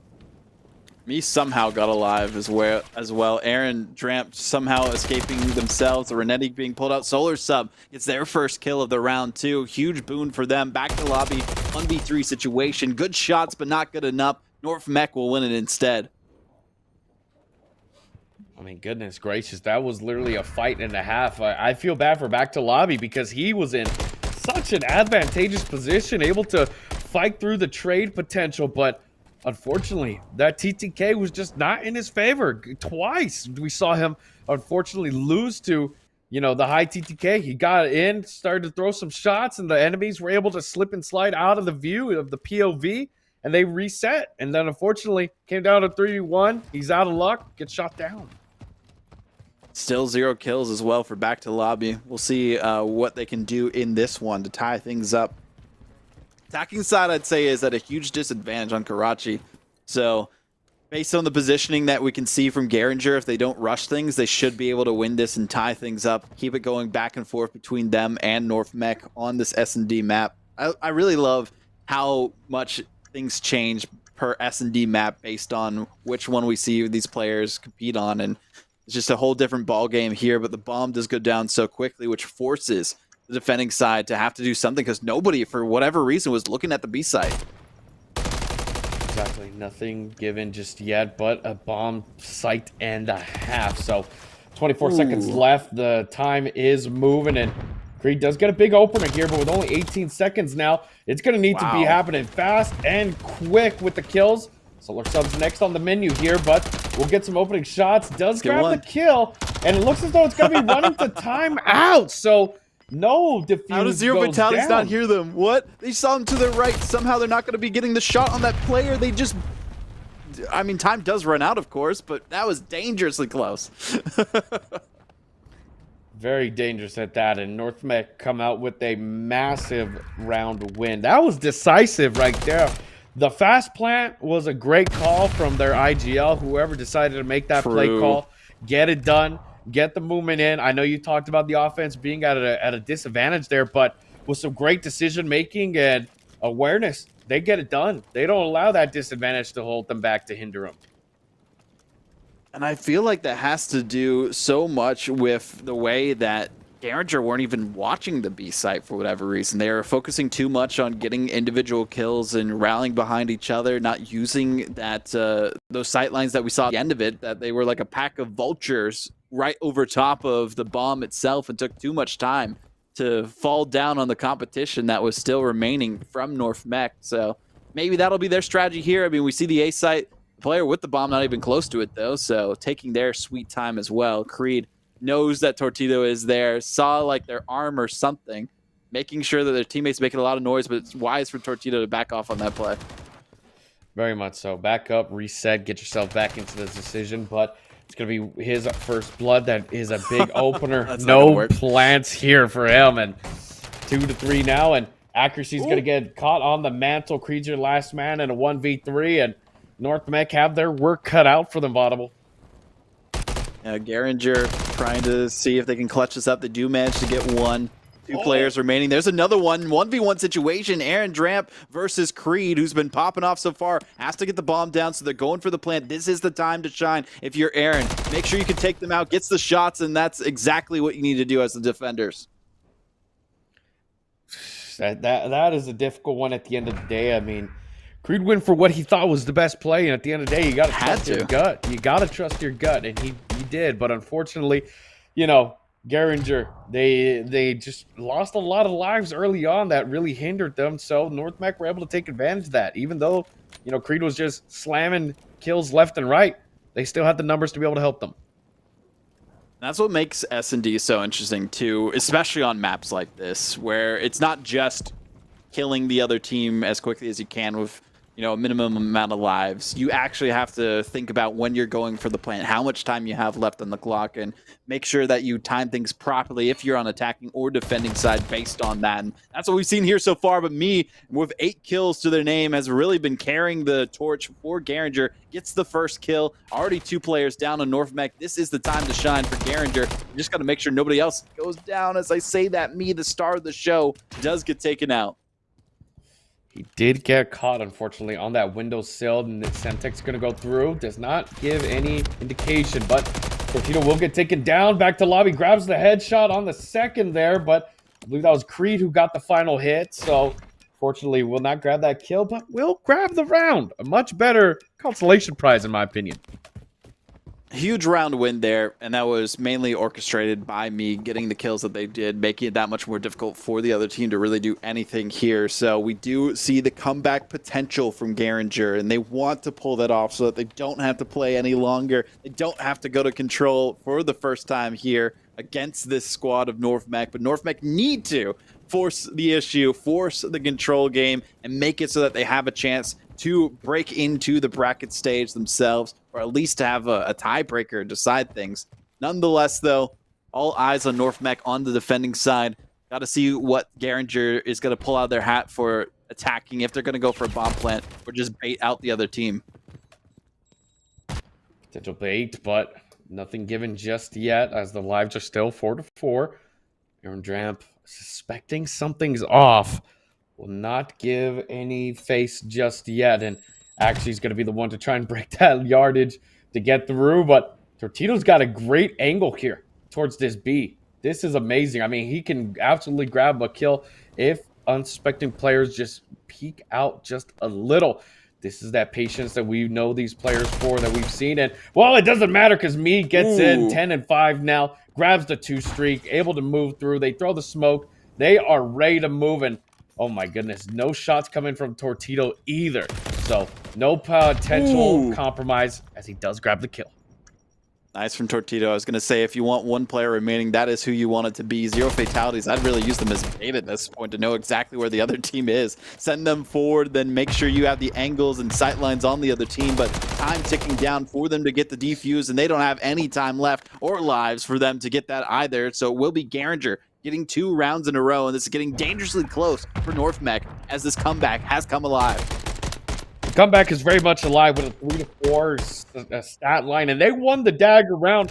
I didn't want to mention it. You know, I didn't want to give too much magic in the air, but they won that dagger round. And that's a big talking point into the economy of this game, where we're going to be seeing that momentum now, as it is now in the hands of Garinger with 2 rounds in a row. This is, I mean, when you have somebody like me, you know, not saying myself, but who is currently 10-6, I mean, he is willing some kills on the map for his squad. And this time, though, they will be prioritizing this B, not going to give anything just yet. And shots go through, and back to lobby gets a nice penetration kill through that wall. And it's onto Torpedo, too. They needed to have some covering fire before then, but they didn't know that they would have their plan memorized by now. Going towards the B-bomb site. Shots coming through by Creed, and this is all but over for North Mech. There's no recovering from this point in time. Bombs down in a bad spot, and they are also trampled here right over top of them with me. Has the angle, just waiting for someone to pop out. Gets one, looking for the second. Knows they're in the building. Back to lobby, trying to get the finish on the 0 fatalities. Who's only got 1 kill. Goes for the reload, and well, everyone was surrounding them like a pack of wolves. It's now tied 4-4. Honestly, with this momentum, Garinger, I think, has this. They won that dagger round. They've been absolutely electric in their movement as a team. I mean, there's clearly been a play call made, a difference in the energy that is helping them in this moment. That it is. 4 streak for Creed too is a huge thing for them. If they can get one more, they'll be looking pretty confident going into potentially that final round. But North Mech, we need to see somebody step up. Torpedo's been taken down a couple times. Aaron gotten first blood plenty of times in the past, but none since then. It's all been Garinger all the way. We do see Aaron in a good position, but they don't know that there's a player 1 floor above them just yet. Oh, no me with the first kill. Though, but nice little trade-off there. That will be a big indicator of their movement. It's a 3v3 now. True neutral. They did lose though, Solar Sub and me, who was the star player. So Aaron Dramp's gonna be looking to grab this one. Stay down, just stay down. Hand. Torpedo with a nice flank too. Baited them out well enough. Don't know where that last player might be just yet, but back to the lobby. In position to go for the bomb plant, and they are going to be sniffed out, somehow escaped though. For a moment, bobbing and weaving. And somehow tied 2-2 between these teams. One-on-one situation between Torpedo and Accuracy now. It's anybody's game, but time ticking down for that bomb plant. If I was Torpedo, I would wait for them to go for it because they're having to at some point now. Accuracy doesn't want to give up anything just yet, and I don't think Torpedo's noticed the cross. No. So that bomb will go down, and Torpedo opens the shots, compromises his position. Accuracy's going to reposition here. Snakes in hand, trying to do something. Goes for a stun check, and it's still 1v1. Really, that's going to decide the game. And they go for the fight, but no! Oh my goodness. Oh. Torpedo having some desync here for a second too, but able to collect the bomb at the end of it to make it 5-4. Dangerous situation. That might be a little bit of the reason why we didn't see the win there from the other side of Garinger. But nonetheless, it was a boon and a not really a good situation for Torpedo based on that desync. Either way, they were able to clutch it up and get the victory for their team. We need somebody on North Mech to stem the bleeding, and that's what we saw happen there, but I could easily see this going to a final round. It's very much could go to that round 11. I mean, both squads have been really electric with their plays. Me just needs to stay up, play advantageous like he has before, to be able to get his squad that win, but as though they're going to surround this A site, although you do have Creed here going for the late check, but no players have been able to get onto the B bomb yet from the side of North Mech. They're looking towards the top. The compromise has been given. Nades go through. No effect. Some shots coming through, but not really going to connect at all either. Bomb does go down for North Mech, and really they just need to wait for time to tick down. There's plenty of it though, so I wouldn't push forward at all if I were them. I would just stay prone and wait for somebody to get into my firing lines, as we do see here for Torpedo. Some shots coming out left and right. Still some desync, but eventually able to connect. Always unfortunate when that's happening, but hey, they were able to get one, so they do the work necessary. Solar Sub traded me as the player who did go down, and if you want a player to go down in your opponent's court, that's exactly what it is. We do see a stealth defuse coming out, though, technically, as there was a smoke on, but there's a player going for it now. You need Aaron to clutch up here. Otherwise, they won't be able to do anything, but North Mech are able to get the victory this time and make sure we push it all the way to a third game. Going to control for the first time tonight, potentially the last time, too, based on how we see things going with the length of this control mode. I mean, there have been some real good plays that we have seen. Some absolute, just true, determinate pioneers of just strength and formidability, man. I mean, me with 13 and 8, Creed 9 and 6. I mean, if anyone on his squad just helps out with that heavy lifting just a little bit more, then we definitely see a different outcome there. But unfortunately, they lose that 1-4-6, a real nail biter. So now we're heading into that control, and Audible, it's looking as interesting as ever.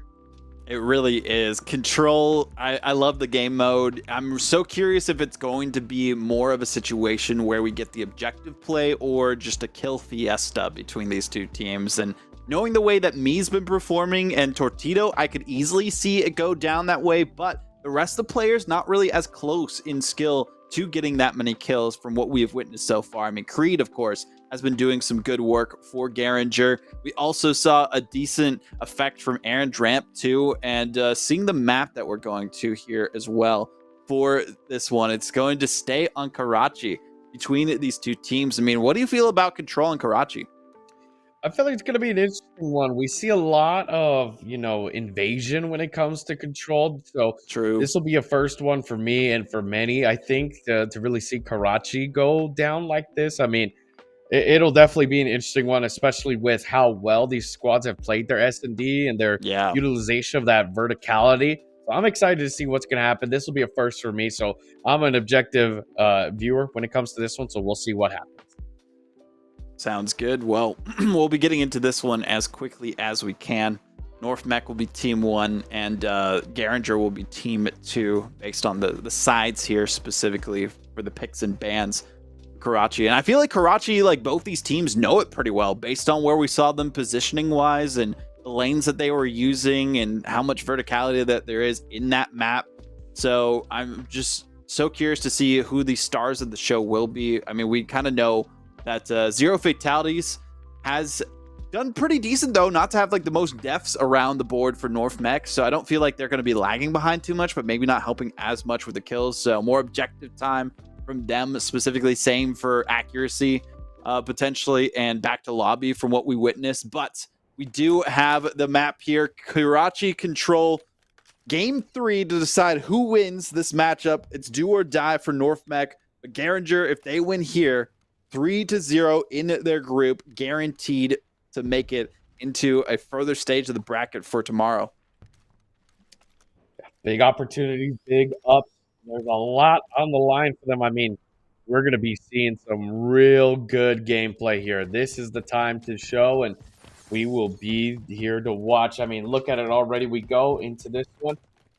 A site going to be towards the middle. And a bit of some interesting positioning with the B, but towards that Burger Town site. And already they go. No opposition reached just yet. As I say that, Tortito, nicely done, gets the opener. And the trade comes through, but it unfortunately gets denied. The stock market has closed. You will not be able to trade at this hour, my friend. Yeah, North Mech just defending this time. Finally have their first death with who else? With Zero Fatalities and Solar Sub. Those are the two to expect to see taken out a couple times here and there. Come down to the wire eventually. The drop shot from me on to Zero Fatalities. That one's got to hurt a little bit, but the A site already a tick almost fully taken. B site being taken as well, but good defense by Aaron Dramp to make sure that they can't really do anything on that A site. Instead, B, they are losing complete control of it this time, and the first tick eventually going to get there, but they're making sure that they don't overextend themselves. Keep an eye on the different lanes to that specific spot for the capture zone. There we go. They did get the first tick. Looking for the second really quickly for this one. Creed solo holding this one, not really having to worry too much. And I mean, you see right here, it's the side North Mech. They have to unfortunately climb over the trash can, which, I mean, Solar Sub does this one in a very sneaking fashion, gets through, and already the contest comes through. He does it with the patience that is needed. Nicely done. They clean out 2 ticks guaranteed, but no minute gained. So it's going to be me who's here trying to grab some, but we'll bite off a little more than he could chew. And Creed's back at it again, but they line up. He almost gets the 2. And then Semtex from above, thankfully, takes them out. So that's going to be the B side for them. Minute 28. A lot of opportunities to get towards A. Yeah, another minute added for the side of Garinger. They're feeling good attacking on control. They didn't think they'd get to this point against North Mech, but they're here anyway on Karachi. They got so close to winning an S&D anyway, so they know the positioning. They know where they got to be. They quickly got onto the A site and were able to capture that first tick. So huge boon for them yet again. Looking for the second already. Back to lobby, really holding it down in a different way than what we saw in S&D. Very much so, and already here we go. This A site being progressed with the help of back to lobby. Accuracy's here, and nicely done. Gets a big opening kill, stops the play. But Creed will be the one to overwatch the site. The capture still going on. No players are going to be able to hop in. And that is going to be a guarantee for round 1 given to Garinger. All 6 ticks acquired.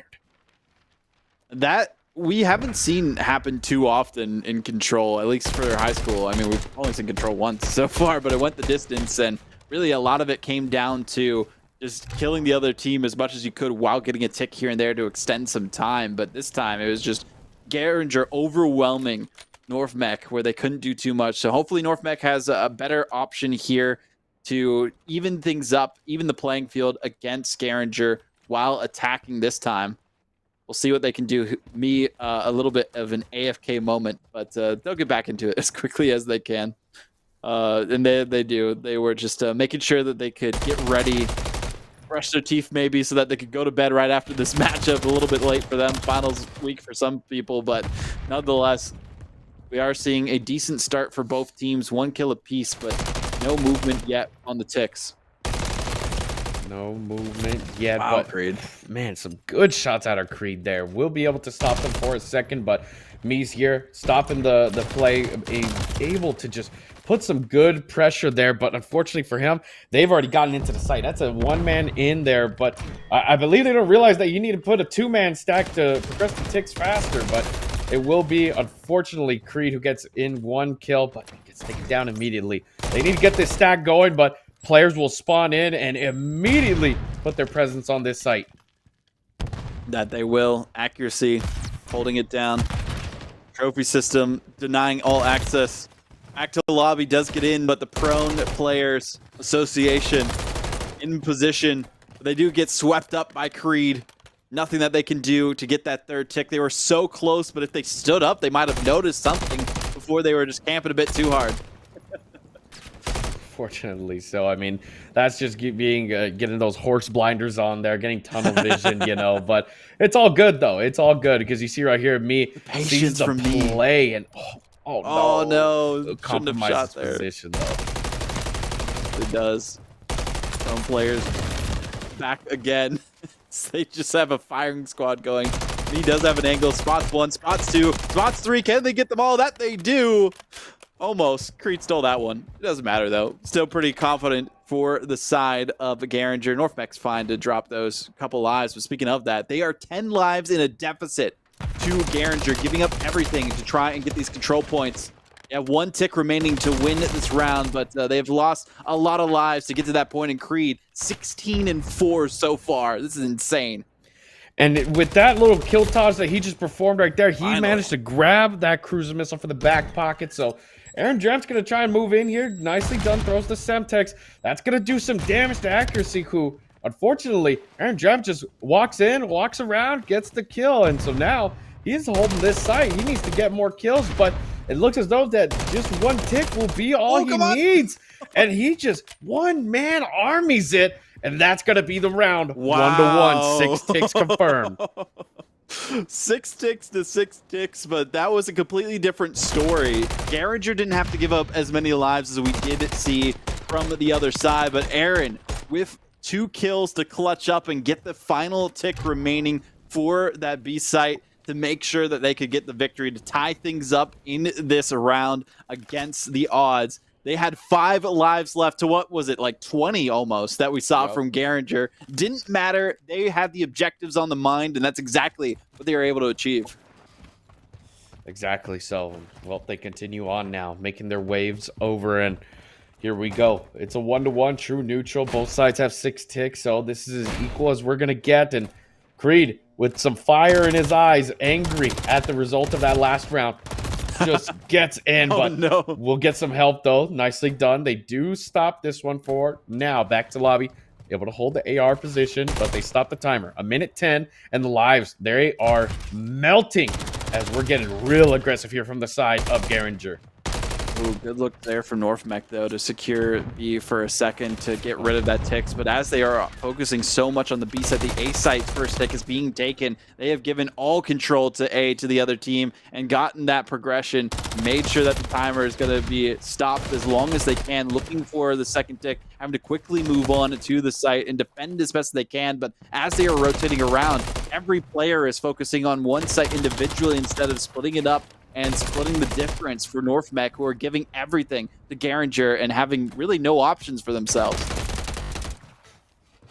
No options indeed. And well, the A site will be once again occupied by the Garinger side, but it looks as though that already players are starting to move forward, and accuracy needs to turn up here to help out the squad, the rival 9 in hand, and that's going to be a 3 down. Tortito's the last man and will get shredded. A minute 48. This is the go time. Get immediately into this B site, but it's going to be a big problem when you have the cross covered by accuracy and co. Tortito's in the back lane, just trying to make sure nobody crosses them, but they get through. They immediately, all red lights are flashing as they get in. 19-14, very close here. Still the entire B circle to be taken. On control, Creed has been just on a roll, doing the best that they can to play the objective and take down the competition. Me as well, stepping up.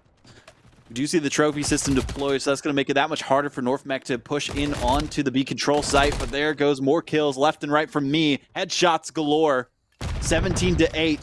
Just a couple more kills needing to be put on to the Garinger side to secure the victory for Northmech for the first time while defending. 1 tick remains, though. 5 lives are remained as well. There goes 1 kill from one player on Garinger to another. Back to lobby. No, unfortunately took out their own teammate.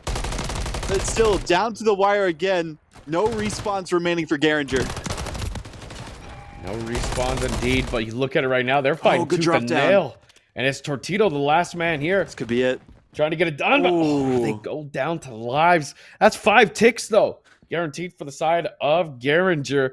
Northmech have an opportunity to do really good here if they can just get aggressive and deny that defense of any access to the site.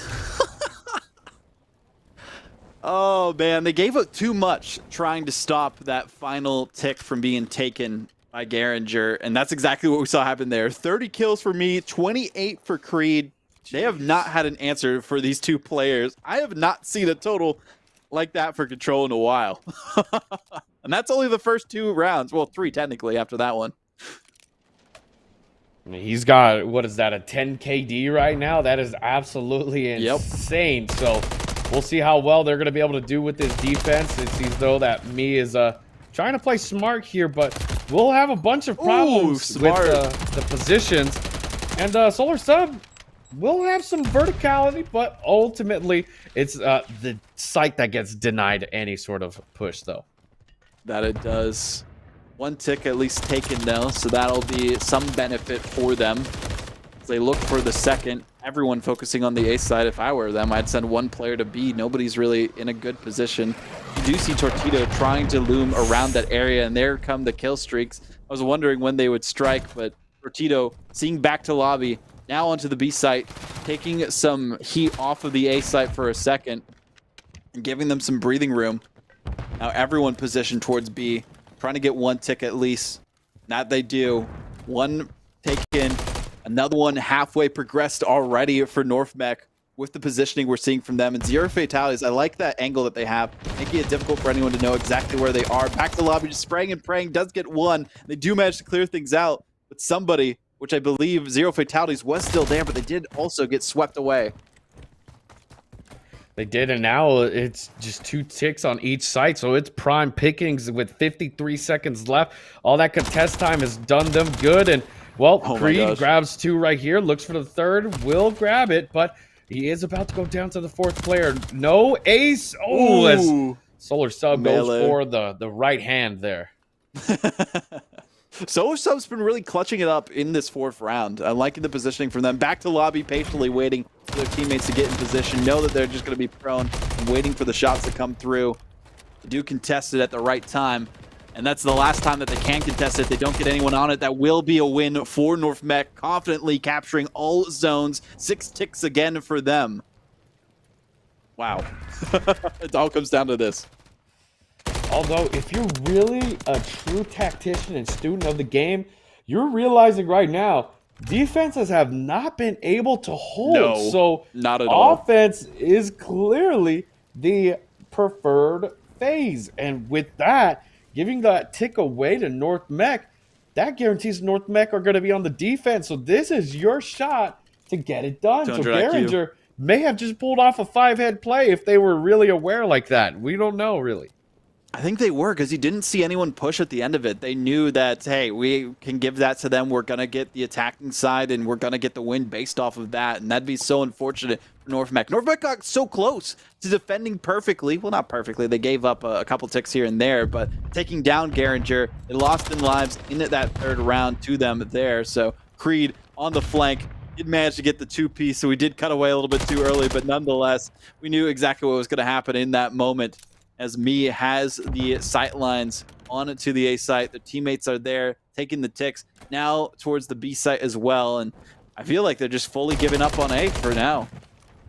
Yeah, a bit of a give up here. A little TDM going on towards the middle square, but it's going to be none other than accuracy. Smart play will be the one to try and grab this A site. And looks as though that North Mech are going to just utilize resources elsewhere. So they move and utilize positioning that they have within this B. But unbeknownst to Tortito, he's got players all around him. So they need to bunker down. That's back to lobby with the AR. Grabs the first. Solar Sub with the positioning. Grabs the second here. And it's a trade-off. The capture begins. 2 minutes, by the way, that they have. So much time. Oh, back to lobby with a clutch gun duel there as well. I don't think there's a chance of North Mech coming back with the way that they have played this final round. I feel like they're exhausted. They weren't positioned properly for A, and it was taken so quickly to give all the time in the world to Garinger. They've already taken 1 tick, now looking for 2. Me is just popping off of all the kills. It's a 10-kill live difference between these teams. There is no chance for a comeback here, Susano. It's basically fate that Garinger win this. It really is, but it will be self-error that is what's going to deny it for now. But B's going to be contested for one last time. This is do or die. And it looks as they were able to get in, but the capture goes through. And Garinger, with the round 5 victory, move forward. That was such a clutch round 5 victory. The most confident one we have seen from either team. That was a speed run. And back to the lobby really stepped it up with their gameplay in control. They weren't able to do as much as they wanted in S&D. They did decently from what we saw in Hardpoint, but now 20 kills to their name, and also backing up Me and Creed with the eliminations that we saw there. There was nothing North Mech could do. You could see Aaron, the only one able to eclipse 20. The rest of them were struggling to stay alive. It was a difficult one. I mean, we really, we're coming into that one with a true sense of understanding of what was going to be given. And just within those first 2 phases that we had seen, clearly offense was the wave. And so that was really smart out of Garinger to just give it up. Hey, honestly, we could have probably broken through, but they decided, hey, we're going to slow it down. We're going to let them feel like they're on top. And immediately they got in, got the job done, went to the offense, put their influence in. And that was a crazy KD statistic right there. Just gets it done and is having fun with it, you could tell towards the end. That they are. Well, we have one more match to come, so we're going to be heading to our final break of the night. We'll be back with that one in just a bit.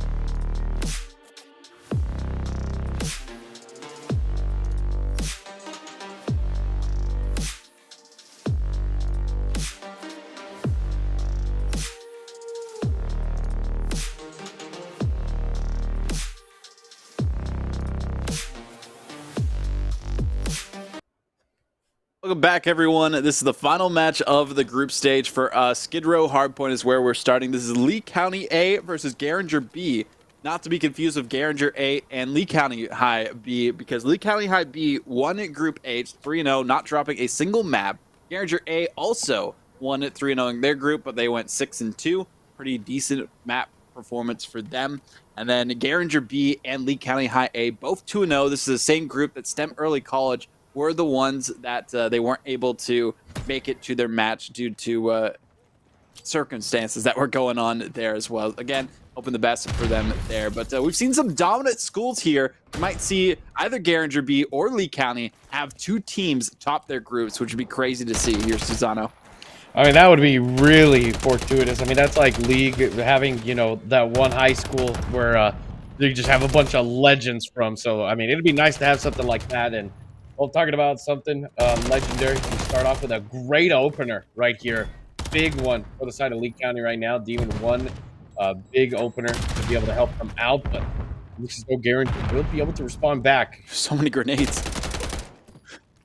Wait, did they just grenade their own teammates that whole time? I think they did. What happened? That's why I was like, I was a bit stunned. I was like, what just happened? Def just ran right past the one player too. My goodness, there's some shenanigans going on here in Hardpoint where it's trading back and forth. 16 and 17. I think that's the first time we've seen that many points spread across between both of these players, or both teams, from the first point here on Skid Row. But nonetheless, we do see this P2 that's always so hard to push onto with the side of Lee County going on top of the truck. Usually we don't see people go this way. I don't know why, but finally we do, and they are able to take control of the hard point for a second. Give good control here right now, but looks as though that we will be seeing a bit of some disparity within the points, as now the points have doubled. Garinger will be up, but looks as though that Lee County may be trying to go for a big maneuver there. Nicely done, good nade, but the manpower is unfortunately not in their favor, as now we need to focus on this rotation as the battle continues leading into the garage, and it looks as though that Garinger will still hold majority. That they will. Garinger dominant in the last match, as we saw, in control. Well, they kept it close and dominant in hardpoint for both their teams, as we have seen. Now, new hardpoint taking control of by Lee County on the rotation. I'm liking the maneuverability of these teams, knowing where the hard points are, having that memorized, and when to get onto it into the alleyway this time. Deaths galore for both sides, trading back and forth here, Susano. Back and forth indeed, and 30-66, not too bad yet. Mac and Cheese ready to throw down on the side here, but it's going to be another team nade. Goodness gracious, this is just unfortunate scenarios, but Mac and Cheese will stay alive here, trying to assist the squad, and they will be able to grab a big kill right there. Two-player stack into the side, and it's no problem because the nades still working for the opposite team. So that is the best player on the side of Garinger, are those nades. That it is. Unfortunate for Lee County there. They got to figure out their nade placement, maybe not throw them too overzealously like we've seen so far. Mac and Cheese finally taking a bite of as someone takes them down 6-6 with their KD. The other team, though, not a single player positive for Lee County. They are looking to get their score up as best they can so they could tie things up, but instead it will be Lee County taking control for a moment, but not long enough to get them many points on this hard point. Not too many, but it looks as though the 100-point threshold is already being neared and approached right now by the side of Garinger, and it looks as though we will be seeing some tac stat shots. No problems yet, although nades might be working against you. It looks as though your teammates will not, though. Oh, as the break comes through, and looks as though the Garinger hold true, break that 100-point threshold, and immediately are still being swarmed by opposition from the side of Lee County. Beautiful looks from Garinger, keeping the points racking up here. The rotation is coming out from both teams. You do see Yeet facing off against Vortex, as it will be a win for the side of Lee County to get that next hardpoint position out here in the scrapyard, or whatever you want to call it. Nonetheless, by the boxes, we do see a shot from Yeet to get back towards that hardpoint position. I do like the spot Vortex was just holding up on, waiting for their teammates to get into position 2, and now them and Demon 1. Nice callback to one of the professional Halo players from back in the day. Very much so, very much so. I was actually going to say Demon 1 from Valorant, and I believe referencing Ogre 1, but no worries at that. No, That's right, that's right. Yeah, Ogre 1. I was about to say that's my goat right there, but regardless of the point, regardless of the point, talking about points, it looks as though that Garinger will be the ones 130 to 88 currently, and they've already got the rotation here. It looks as though they're setting up for P1 once again. Second set ensues. And Garinger, well, they won that first set tooth and hand there, just hand over fist, getting it done. But it's going to be a bit of a problem for the side of Lee County, as it looks like they're not even winning any of these trade-offs, and players are being caught looking at the birds. A good effort for Garinger. As you mentioned it, Lee County have been struggling in the individual gunfights. They do have 2 players rallying together, but there are shots going through, kind of tagging your own teammate, making it so that they are damaged and bloody. Going into the hard point isn't really the best strategy, but they are able to take control of it nonetheless, just based on the numbers that they had there. Yeet with a good shot, looking for a second. Their teammate shoots them in the back a little bit there, and there is a team kill that's not going to work out for Garinger that time. Not going to work out indeed. And I mean, looking at the rotation already set, no players are near it. The only ones by relevance proximity is going to be Garinger, which looks as though they're going to be trying to take advantage of that. That's going to be Mac and Cheese, who grabs the opening kill, gets towards the site. Beautifully done. Oxygen is still here within the last previous site and is fighting for his life. But looks as though the teammates will be able to help out, and Oxygen even comes in with a big flank right there, resets the squad on the side of Lee County, and, well, it is still a great time gained for the side of Garinger as they near that 200-point threshold. Beautiful look from Garinger yet again, as they are going to try and clutch up this victory against Lee County as best they can. But hey, Lee County have not been going down without a fight. Yes, they have about half the points as Garinger do, but the fact that they've been able to push onto those sites as consistently as they have been make it difficult for Garinger to do anything. Well, OxGDN with the missile does only get 1 player. Was hoping for some more, and that is going to help them a little bit, but not as much as you would have hoped to, with a kill streak that took them some time to get.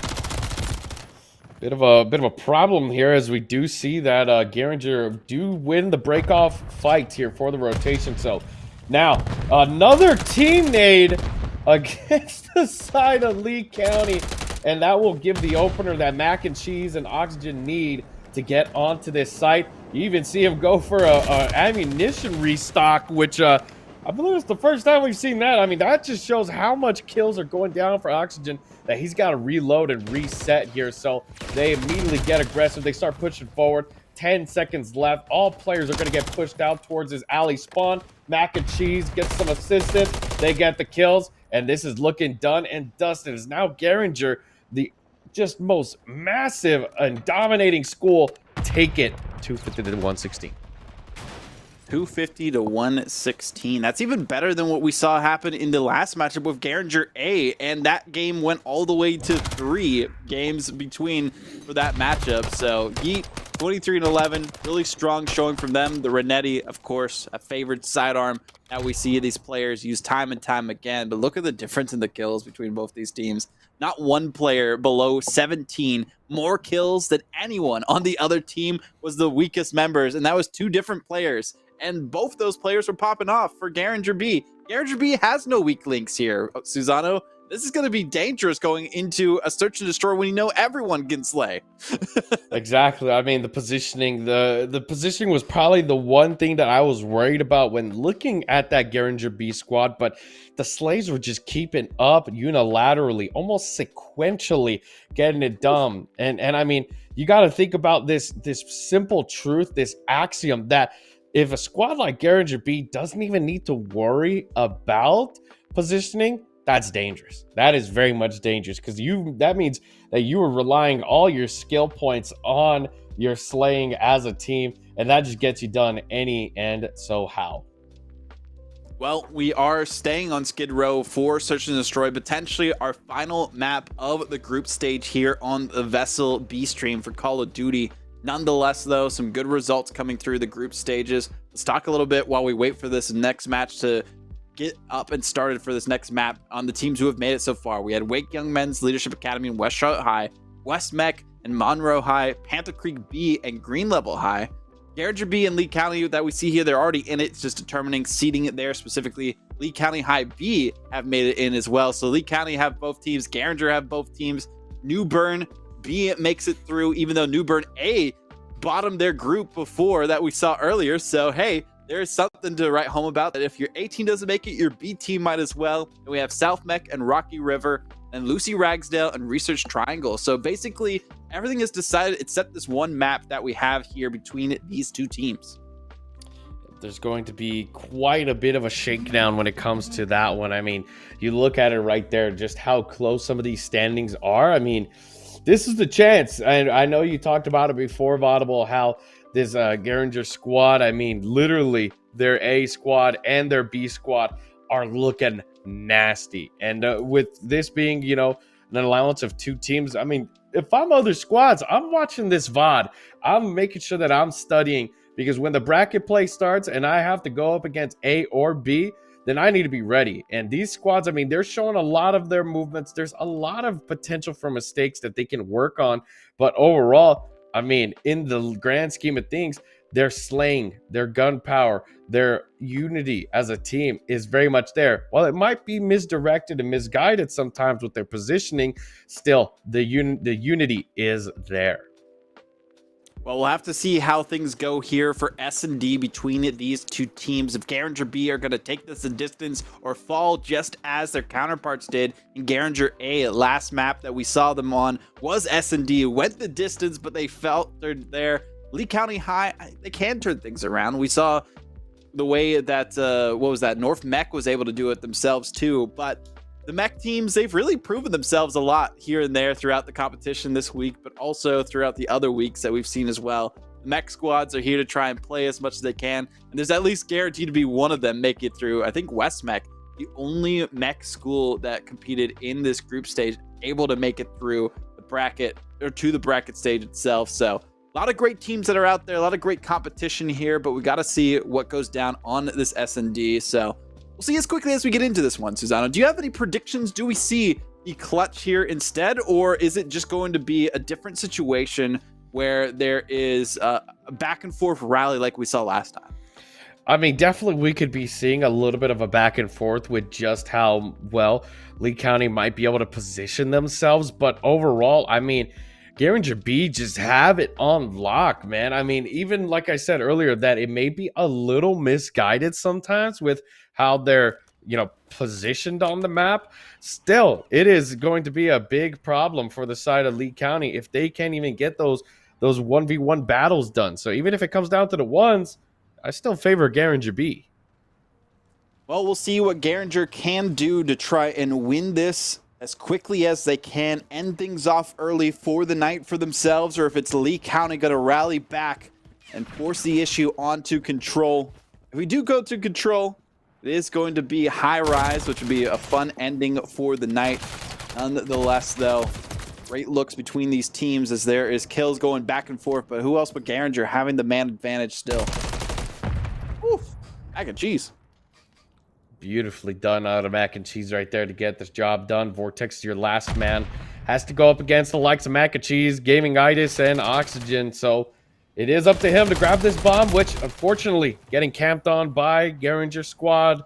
And so that is going to give them the first round. And I mean, right there, we saw immediately Vaudable. The chaos ensued, but there was order and peace on the side of Garinger, which was a clear defining factor.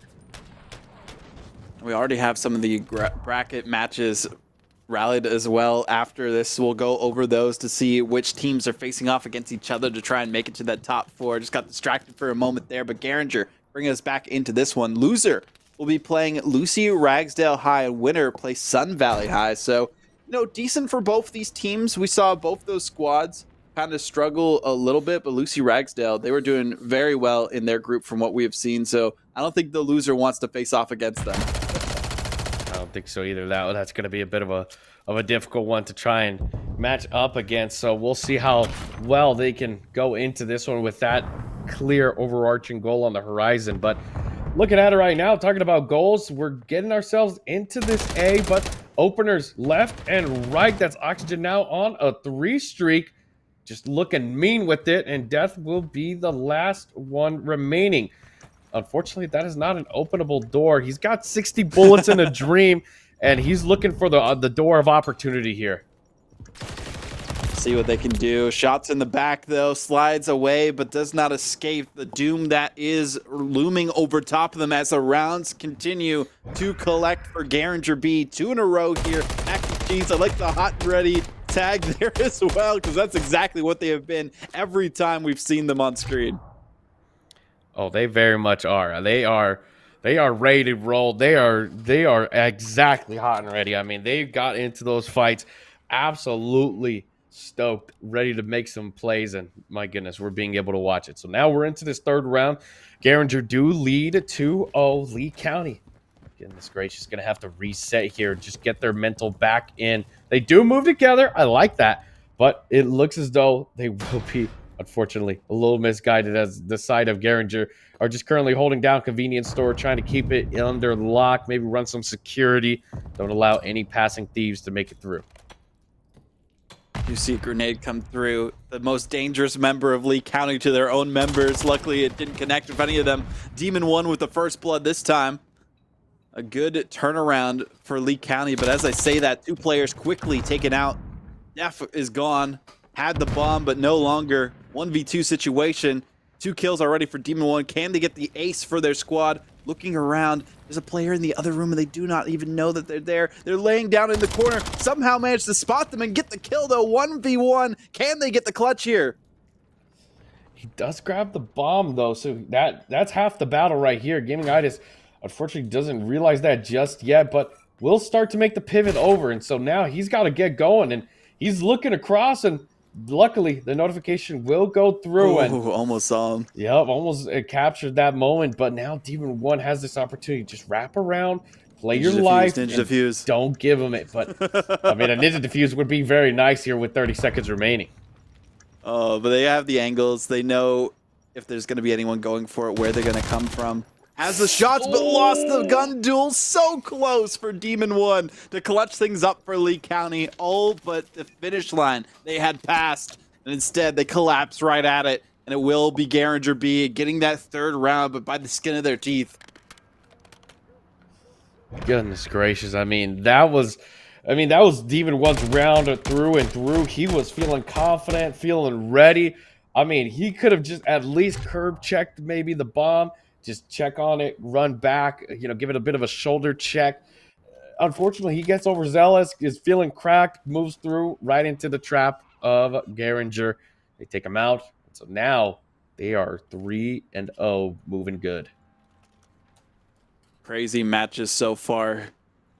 So good for the side of Garinger, though. 3 more rounds to go to clutch up the victory. Even 1 was stunned, does get 1, looking for the second, but cannot complete the kill. Every player on Garinger going through that doorway, but they only managed to take out 1. Only managed to take down 1, 3v3 right now. A minute left, and looks as though that's going to be a big one for the side of Garinger. Is Oxygen able to grab that kill? Looks as though they're moving through, and Death does get across, but with no problems just yet. And 6, oh my gosh, gets slammed in the slide, and that's the 4th round now for Garinger. They're moving ever so closer towards their victory here. Took some time, but eventually they were able to clutch it up. The stuns and grenades proved to be too much for the side of Lee County to overcome. We've seen a situation similar to this before, where there was a monumental lead and the other team was able to come back close but not get the victory. Lee County, I mean, Demon 1 has really been doing everything. Only 1 other player has a single kill for Lee County, and Garinger, if they can take out Demon 1, they know they've got the round. They know they've got the win, and if they see Demon 1 take anyone out in the feed, that's where I would be heading straight to make sure that they can't do anything. Well, 6 goes down that time real quick. 6, unfortunately, 0-5 right now, not able to get much for his squad, and Demon 1 does get some opening shots, does not grab a kill, though, will get out with his life, and Oxygen is here. Notices that there's some presence in the garage and grabs the kill. Demon 1 now your last man, and we'll get some help, but ultimately the manpower on Garinger B clean him up. Too many players with too much skill on Garinger compared to Lee County High B. Demon 1 in the sights of OxGDN. There's nothing that they can't accomplish and take them down with the striker there. Match point for Garinger B to join their counterparts as the best in their group. We'll see what they could do here. As we talked about before, Garinger will have a matchup against Sun Valley High, which the A team, I believe, already took down, and that is correct. The A team took them down, only dropping a single round during that matchup. So interesting results so far for the side of Garinger, but nonetheless, some great victories for both squads if things continue this way. Sun comes through, and of course, Yeet gets that first blood onto 6 yet again. And players are just getting found out to dry right now. They're all secluded. Look at Death, he's way out of league, and we'll be able to grab his first kill, though. This could be openings for, but it's Garinger who come through, slam him with the trade, and Garinger B with a flawless victory into the Search and Destroy 6-0. What a victory that was. The final matchup of our group stage, and it has now been completed. Both Garinger squads topped their groups to make it into the bracket stage itself. Lee County High B placing higher than Lee County High A after that result themselves. South Mecklenburg High 3-0 Group G. Rocky River right below them. Panther Creek B over Green Level High. Panther Creek A actually 0-3'd in their Group F. Lucy Ragsdale and Research Triangle topping that group. So that group, very dangerous, you could say. West Meck and Monroe High of Group B topping that. Wake Young Men's Leadership Academy we saw before as well with Swagjack topping their group, not dropping a single map. West Charlotte High right below them. And then Garinger A and Sun Valley High, like we talked about before. Let's go over the brackets here to see the other matchups that we could expect here. Wake Young Men's Leadership Academy versus New Bern B. West Meck versus Rocky River. That's going to be a good one. Panther Creek B versus Research Triangle. We now see Garinger B versus Sun Valley High, and Lee County A versus Lucy Ragsdale. Green Level High versus Garinger A. That's going to be another good one. Monroe High versus Lee County High A, and then West Charlotte High versus South Meck. Any of those matches you're looking to see the most, Susano, in this bracket stage that starts tomorrow? I'm excited for the Wake Young Men's Leadership Academy versus New Bern B, and that Green Level High versus Garinger A. I mean, oh yeah, Garinger as a school has proved that they are very much equipped, adept, and able to get some good carnage down. So I'm excited to see those two play specifically, and especially the school at Garinger. So I mean, it has been a great matchups that we've seen from pool play into the group and now into the bracket. I'm excited, Audible. It's going to be a great time. I'll be taking a bow for tomorrow where Spaceman will be coming in to join Susano for the first leg of the B Streams coverage of the bracket. Then I'll be back on Thursday for the semifinals and third place match that we'll be having here. But nonetheless, Susano, it's been a great time to cast some Call of Duty with you for this group stage these past 2 days. Any final thoughts from you before we send things away for the night? Nope, no final thoughts from me. I appreciate you, Audible, and we'll see you very soon. But, you know, I'm excited and ready, and hope you Call of Duty fans at home are as well. It's going to be a great time. Bracket starts tomorrow for the VESL High School $12,000 tournament. We'll see you then.